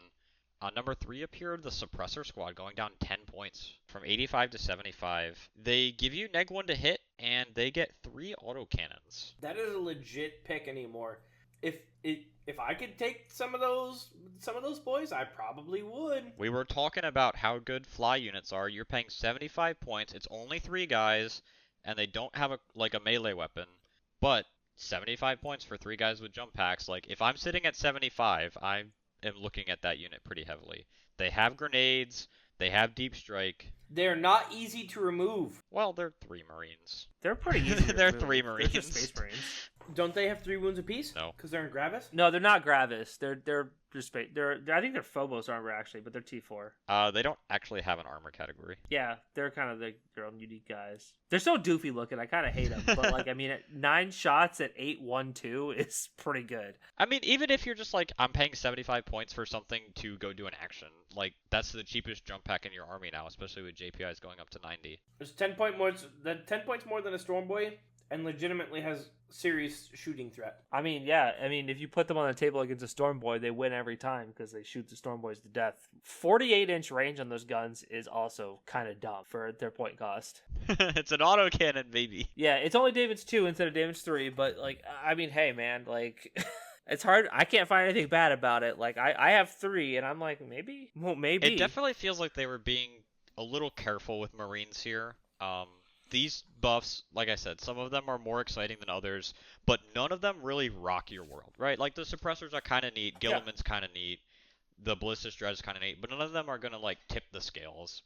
So I think we really have to wait and see what GW does in December for Marines as a whole. Yeah, I think that what changes they're gonna do could completely shake up the entire dynamic of anything with Space Marine in their faction abilities. Lay it on us, Will. So, of course, Orcs were the big winners, right? Like, we got all the green. But a lot of the green were things that were, like, confusing. So, Beast Naga Boys going down was great, right? But going down 10 points, also very good. Beast Naga Boys are very good on their own, and them going down 10 points was a very good, feels good change. Big Mechs going down to 70, they should have never been 80 in the first place. Their rule does not. So the rule basically gives them pseudo fly and re-roll advanced rolls. That's it. Past that, they're a worse pain boy. They don't give a feel no pain, so like, who cares? Yeah, I don't know what else to say about Big Mechs. I still won't be taking them. I know that in the LGT, Brian was crumping with them, but I think that was more due to opponents not knowing the fact that Big Mechs give a pseudo fly more than anything else. You still don't see Big Mechs. They're not worth it. Why would I take a Big Mech when I could take literally anything else? Big Mech's Mega Armor, same thing. 10 points down, great, congratulations. I gained 0 points on my list. Big Mechs with shock attack guns, same, 10 points, great. In Dreadwall, that's cool, man. These changes mean nothing to the majority of orc lists. Boys going down, that means something to every orc list. 5 points, so I'll be honest, my meta orc list, I went down 10 whole points in my Warhorde list. Whee! It's cool. Death Dreads. Death Dreads should have never been 130. Honestly, Death Dreads should probably be closer to 110.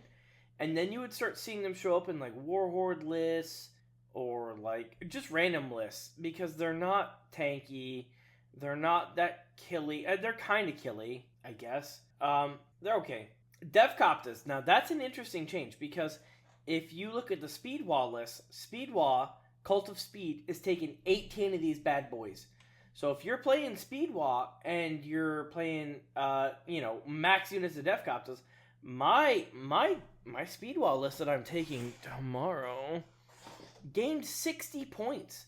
And I had 10 points left over. So I gained 5 whole ass more Storm Boys, which I'm quite pleased about. Gorkanauts went down. Gorkanauts suffered the same problem as every other Orc unit. Like, great, it's 265. It still does nothing. It's a big, dumb brick of moronicness. Cool.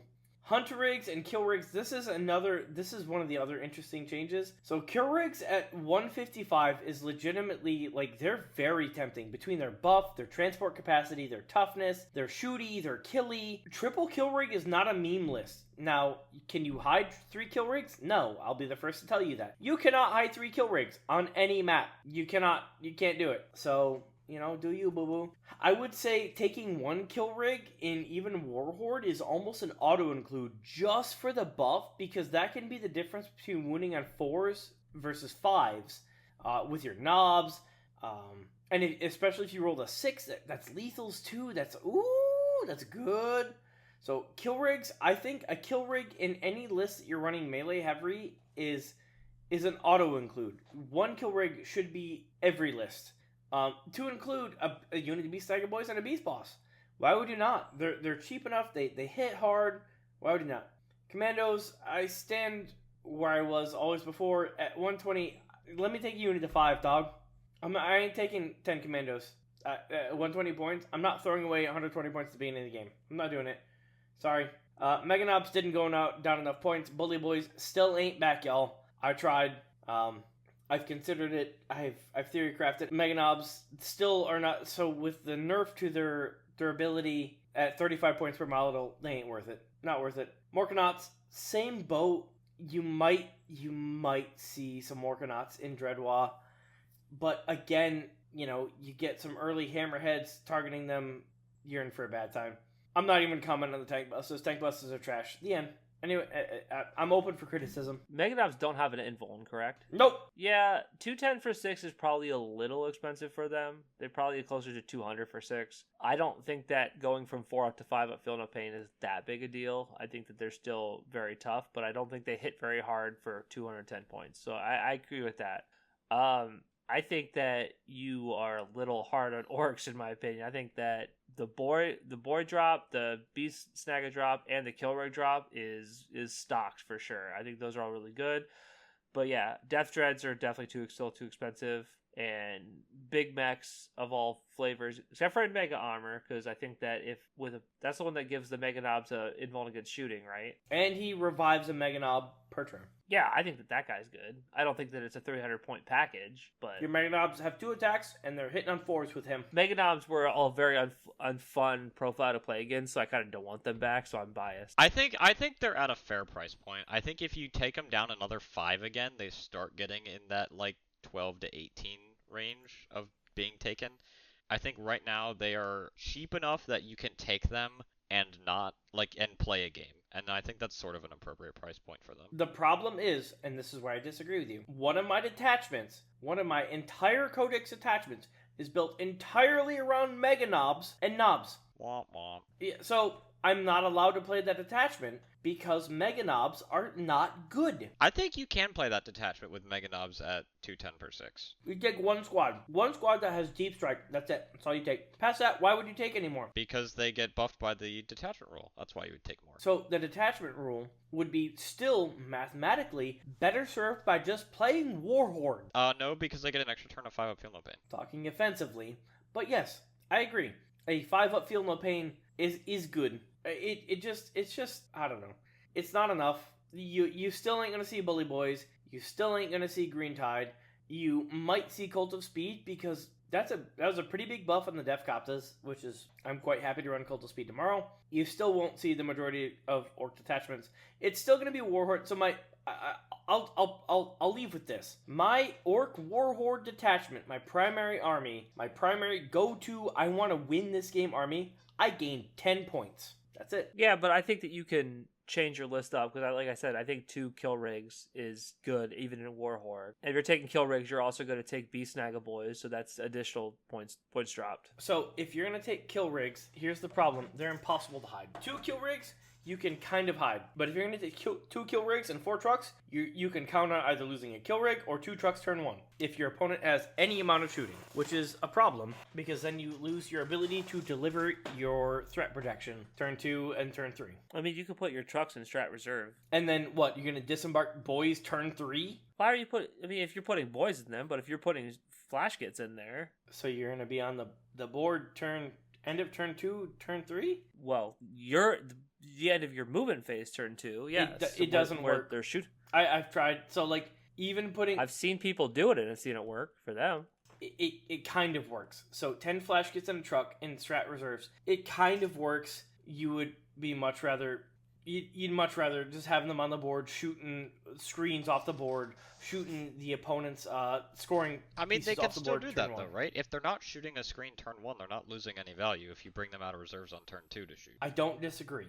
But from experience, I would much rather have my DACA on the board turn 1, ready to shoot, and that's just Will's experience. You can have both, though. If you have 30 flash kits, you can put 20 on the board and 10 in reserves. So this goes back to my point. Nothing changed for orcs. If you're running the Warhorde detachment with a meta army, you gain 10 points. Congratulations. Whee! I'll defer to your opinion because you're the orc player, but from where I'm sitting, it seems like orcs are doing a little bit better than that. I think they're still going to be probably on the bottom half of armies, but they're definitely not that bad. Orcs rise 3%. I mean, that puts them in balance, though, right? What are they at right now? Yep. It puts them... It puts all orc armies at about 45 to 47%. Okay, so that's fine because I think Warhorde players then can be within the mid 50s, and that's an okay spot to be. Agreed. Space Wolves. Fuck this army, dude. There it is. That's the energy I wanted to hear. Oh my god, Bjorn needs to go up. Bjorn only went up 10.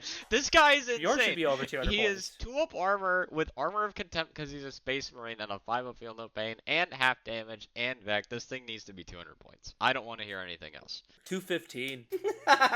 Get him out of here. Like, I don't want to see Get this him video outta on the here. board. Thunderwolf Cav up 20 per 3. Hell yeah. Wolf Jail just went up 120 points, baby. And that's not even counting everything else. Logan Grimnar went up 15 points. I still think he's really good because Logan Grimnar on Storm Rider actually didn't go up at all, just the regular dude. He gives your entire army reroll hits and reroll charges for a turn. That's insane. Aren't people running the Storm Rider version more? Yeah, because he can join Thunderwolf Cav. Why did the Footboy go up? That's weird. I don't know. But what you could do is you could you could put him with the Thunderwolf Cav unit and you could put the Lieutenant equivalent with the enhancement to come in on turn 1 and you could just have Logan Grimnar on Storm Rider on turn 1. Anyway, those are the only 3 increases, but in total, if you were running Wolf Jail, your army went up 130 points, 120 with the Thunder Cav and 10 for Bjorn. And in return, the units that aren't that good went down in points. Long Fangs went down 30 per 5, counted again 30 per 5.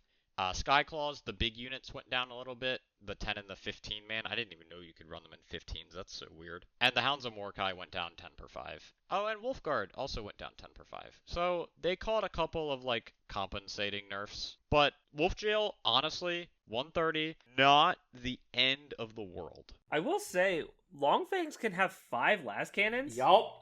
For 120 points is kind of stupid. It's Havoc's, but better. Yeah, because they get an extra special weapon for 5 points less. That's kind of dumb. You are playing in Marines, so for 130 you could get a Ballistus Dread. That's fair. Shut up, Preston! Let's go to Tau. Tau. Oh boy, Tau. What did I think about this? I thought it was a little unfair. The Riptide went up 10 points, which generally I agree with. I think the Riptide is a 190 point model. I just think he could have stayed at 180 for a little bit longer while Tau were at their 46% win rate. I think if Tau started being really good again, then you could bump him 10 points. I don't think he needed the 10 point nerf right at this moment. Piranhas went up 5 points a model. They went from 55 to 60. Again, it's in the same boat. Was it cheap at 55? Yes. Is 60 a fair price point? Yes. Did it need to go from 55 to 60 right now? I don't think so. In return for this, Farsight went down 10. Farsight went down 10. That was appropriate. He had 2 really good rules, and then all of his actual profiles were bad, so did not enjoy paying 100 points for a commander with 2 plasma rifles. So far side at 95 is pretty good. All the crew went down, which I agree with. All the characters went down. The Rampagers went down. They were heinously overcosted. They went down 15 per 3. They were more than Thunderwolf Cav. Let's get that straight. The Crew Tox were more than Thunderwolf Cav. Well, they're better, obviously, because they're Yeah. crew.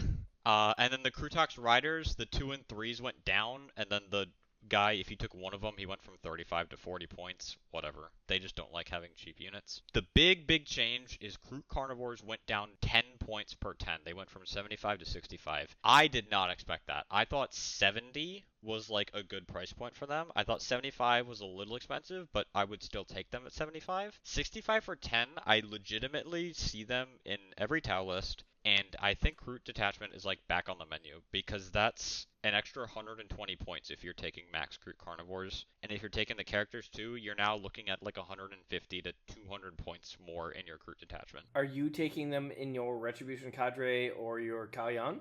I am not taking them in Cadre currently. Kalyan definitely, because they do what Kalyan wants, and that is get you to turn 3 without losing. Because they scout 7, they move 7, and they're OC 2. So they just run out and they deny primary for 2 turns. You don't care that they die, you don't care that they don't do any damage. They stop your opponent from getting a points lead while you don't have any rules, and then from there your Kalyan turns on and you can shoot people to death. So I think this is a really good change for Kalyan. I think in Montka or Retaliation it's fair. Like, I could maybe start slotting a unit into both of those. And then I think the Crew Detachment is a big winner from this. So overall, Tau did get buffed. I can't really complain about the Riptide or the Piranha going up because they were 2 of the better units in Tau. I'm just going to reiterate, I don't think they needed to go up right now. I think they could have stood to go up like in 3 months or 6 months, but generally pretty happy. So we're looking at Thousand Suns, and Get those dusty fucks out of here. and I gotta just say, oof-a-loof, it's all red, baby. So that's my next army project. I think that Thousand Suns probably had one of the highest skill ceilings in the entire game, and this nerf just absolutely crushed them. Don't get me wrong, like, did Thousand Suns have a very high win rate? Yes, they did. But, like, it is not easy to pilot a Thousand Suns army successfully. Because if you lose 2 units early, congratulations, you can no longer double Doombolt, or you can't double move, or who cares, what, any other random thing. So this nerf spells the death knell of Thousand Suns, in my opinion. Definitely. Points nerfs are the one things that Thousand Suns can't afford to take because it ties back to the army rule. When your army rule depends on you taking certain units and the units just keep getting more expensive, it just makes the army worse and there's literally nothing you can do about it. It's like if Guard took a 10-point nerf on every unit that gave out orders. Like, Guard just can't do anything about that. You can't take the units that don't have orders or don't generate Cabal points because you need them. Yeah, I think that Thousand Suns are going to take a pretty significant plummet in their win rate because of these nerfs. I think that a really good player can do well, but I think the skill floor just went through the fucking roof for these guys. If you don't really know what you're doing, you're gonna have a bad time. Magnus at 465 now. Good. That is a thick amount of points, but he is the best Primarch. It's an issue because he is approximately worth that much. He just shouldn't be. No single model should be a quarter of your army and you have to take him. Magnus is just priced there because you need to take him. You must take Magnus. If you do not take Magnus in Thousand Suns, you are actively griefing yourself. Alex, you're up. Oh boy, it doesn't matter. So it's pretty uneventful here. Carnifexes go down 10, but Old One Eye goes up 10, so that doesn't really matter. Pyrovores go up by 5 if you're taking a single Pyrovore. Lictors go up just a hair by 5. Winged Hive Tyrant goes down by 10, but it's still not better than a Hive Tyrant, so it doesn't matter. And Von Ryan's Leapers go down a little bit, down to 70 from 75. Still not amazing, but it's a thing. That's it. That's all she wrote. So the Winged Hive Tyrant will still never be taken over a regular Hive Tyrant. You can take him specifically in Vanguard Invasion, and in that case, your 2,000 point list is now a 1990 point list, and you can't do anything with it. Yeah, that's nice. So it's okay. The Carnifexes are okay being cheaper, but you're not going to take them by themselves. No, you're just not. You have to have Old One Eye there. They hit on 4s in melee and range, and you have to have the old One Eye there for the rerolls. And if you were to take one by themselves, I would question why you would ever not find 10 points for Heart Specs in every situation, because Carnifex shooting is horrible if they're not with an old One Eye. It's funny. I fought our friend Miguel. He brought bugs this past weekend, and he brought almost exclusively big bugs. And he played Vanguard, and I was like, why are you not playing the big bug detachment? And I was like, why would you not bring Carnifexes if you... So, like, obviously, like, Exocrines and Harospexes are outstanding. If you're not bringing 2 Harospexes in the big bug detachment, I kind of look at you confused, because people are like, they have such big bases. Like, shut up! They have big bases, but they're outstandingly good at what they do. Same thing with the Exocrines. Same thing with, even Tyrannifexes right now, like, are pretty good. So, like, I honestly think with the drop to the Carnifexes, I think a Carnifex brood is pretty good right now. I don't know. It's okay. They're really not great anymore. They're really lacking on attacks, no matter how you field them, and that's their biggest problem. Do they have the -1 damage rule, or they just have 2-up armor? No, they just have the 2-up armor. They lost the -1 damage. Okay, so yeah. They have a 2-up save, and they're T9, but I'd rather be T11 with 18 attacks, is what a Heart Specs has. Yeah, T9 is not the number for anything that you want to take damage. Yeah. So Heart Specs are only save 3+, but they're T11, which makes them significantly harder to wound in a lot of scenarios. And just 18 attacks. The most attacks you can possibly put on a Carnifex in melee is 8. But they're strength 9, AP 2, 3 damage. I'm like... And they hit on force. So you get 8 attacks, 4 hits, like 2 or 3 wounds, you do like 6 damage. Yeah, meanwhile you put that on a Haru Specs, and it's just not even close, because you get 4 strength 14 attacks at AP2 with the D6 +1, and then 14 strength 7 attacks. Like, it's not even the same. I swear to God, people are sleeping on Harospexes, Alex. They've been sleeping on the whole edition. They've been good all the entire time. They're amazing. No one out here. I'm like, where are your Harospexes? Every time I see a Tyranid, I'm like, where are the 3 Harospexes? And if I haven't sold you yet, a Carnifex has 8 wounds. But Carnifex has 8 wounds. A Haruspec has 14. It is almost double the amount of wounds as a Carnifex. It's ridiculous. It is not even close to the same in strength. For 10 points extra. Where are your Haruspexes? Yeah, and if you want a Carnifex for ranged weapons, you're playing the army wrong, because the best ranged weapon they can get is a heavy Venom Cannon that's going to get 2 shots at strength 9, and one of them misses. So I don't know what you're doing. If you want shooty, you take the Exocrine. If you want punchy, you take the Harospec. Exactly. The only time you ever take Carnifex is if you have an old One Eye in your army. Tyranids doing okay overall, though. 52% win rate, 7 event wins. I think they're definitely going to slot into the big bug lists now with the changes to, like, surge moves and stuff. Unending Swarm is just not doing too hot. And they didn't get any points buffs to make it better. So, big bugs is where it's at. Everybody get 3 Haruspexes and 3 Exocrines, and then just shoot people and eat them. Alright, last army.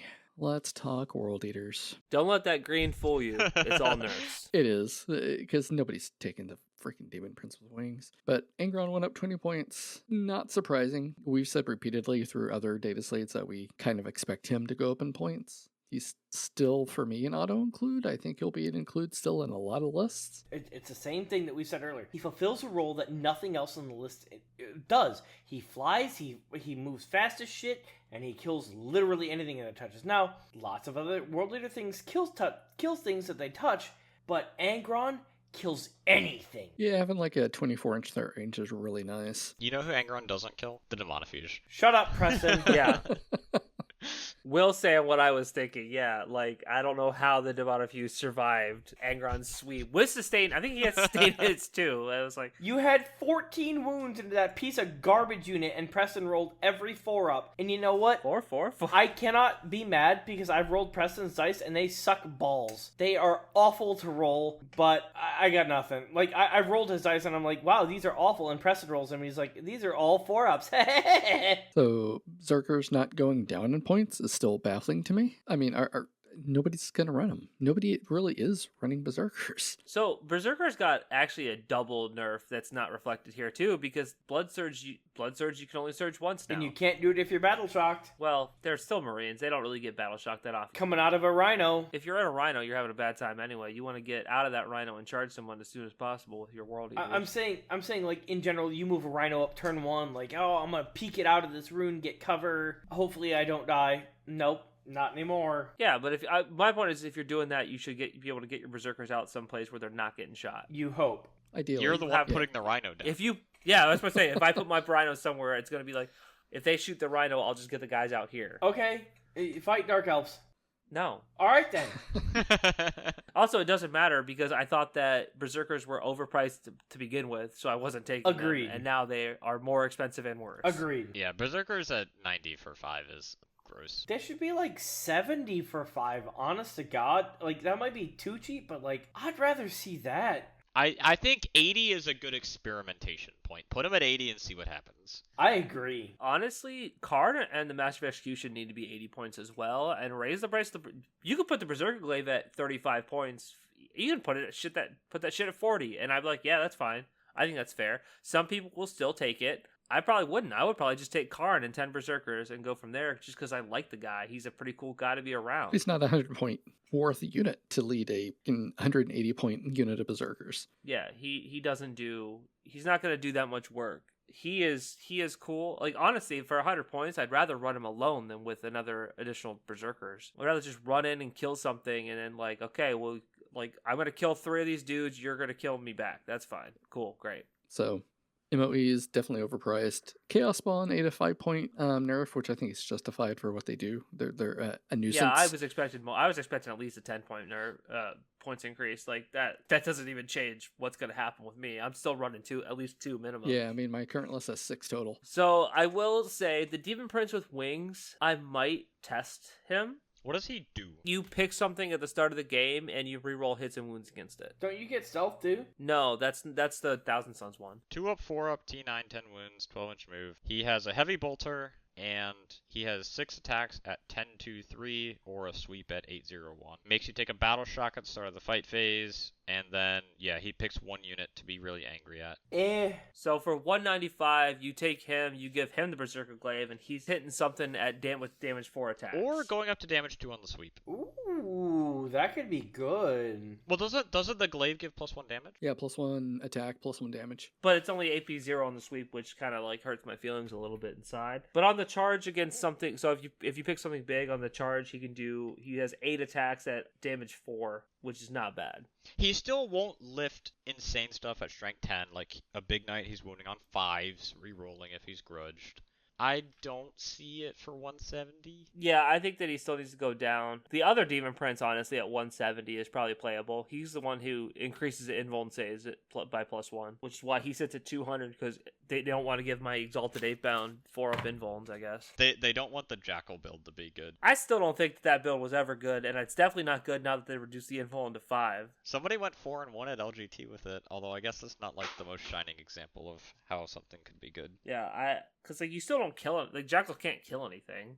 Wasn't it your Morven Vol that had like 1 wound? You're like, the Jackals can take 1 wound off. I'm like, all right, we'll see. I think she was at 2 and they did 1. Yeah, it was like, I'm gonna try because I have to, but no, I don't think they can do it. Jackals are the sticky and hold your home objective. Yeah, I was able to take a full unit of gargoyles down with them on the charge with Angron rerolls, and that made me feel great. Good job, little guys. You did something. I was like, that's the type of enemies you're used to killing. You're used to killing things that are equal to you in toughness. You can't kill anything that's like a Space Marine on up. Overall, though, I mean, the nerf to the Blood Surge, the no change to Berserker points. I mean, This was a hefty nerf to World Eaters. I don't agree with that. My list didn't change. no, it really isn't because people aren't running it. Yeah, I mean, my list is still my list. I don't run an MOE because he wasn't worth it to me at 100 points. He's not worth it to me now at 110. How many points did you lose between Angron and Chaos Spawn? 30 points. So you lost an enhancement? That I never ran.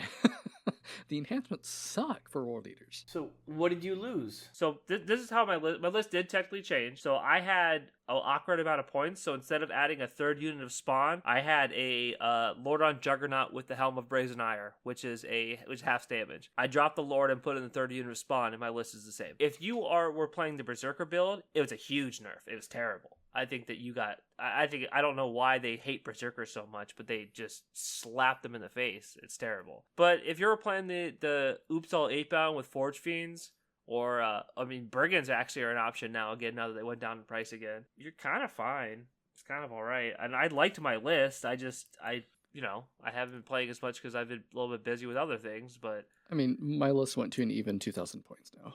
It was less than that before. Yeah, I don't think that there is...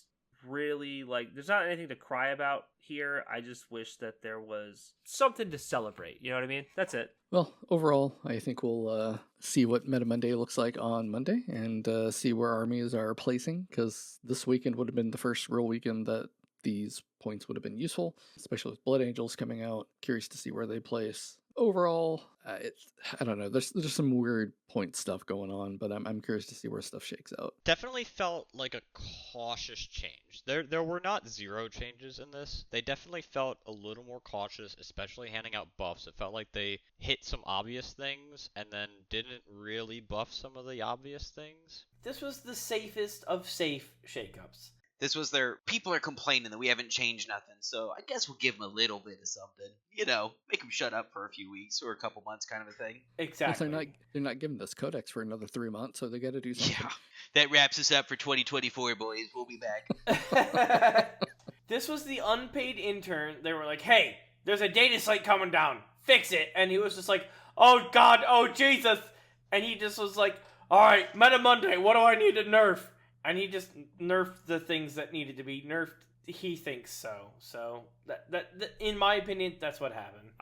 He's like, I've played 3 games. Whatever. I think I got it. I watched a GT once, like in more games live. I mean, I was at a GT. I worked, but I was there. I mean, that counts, right? No, but I think that most of the things were just minor tweaks. Obviously, Sisters and Thousand Suns were kind of more significant. But I'm excited they did the change with the secret missions. I don't think that you should be able to not play the game for 5 turns and then walk out and score a 40 on primary. All right. Well, hopefully y'all enjoyed listening to us ramble for a couple hours about various point things and how orcs are apparently like the same as every other army out here, but better in all senses. Do the usual socials, like us, like on Facebook, not Facebook, YouTube. Subscribe to the podcast, share it with your friends, leave it on people's doorsteps. I don't care. Just get the word out.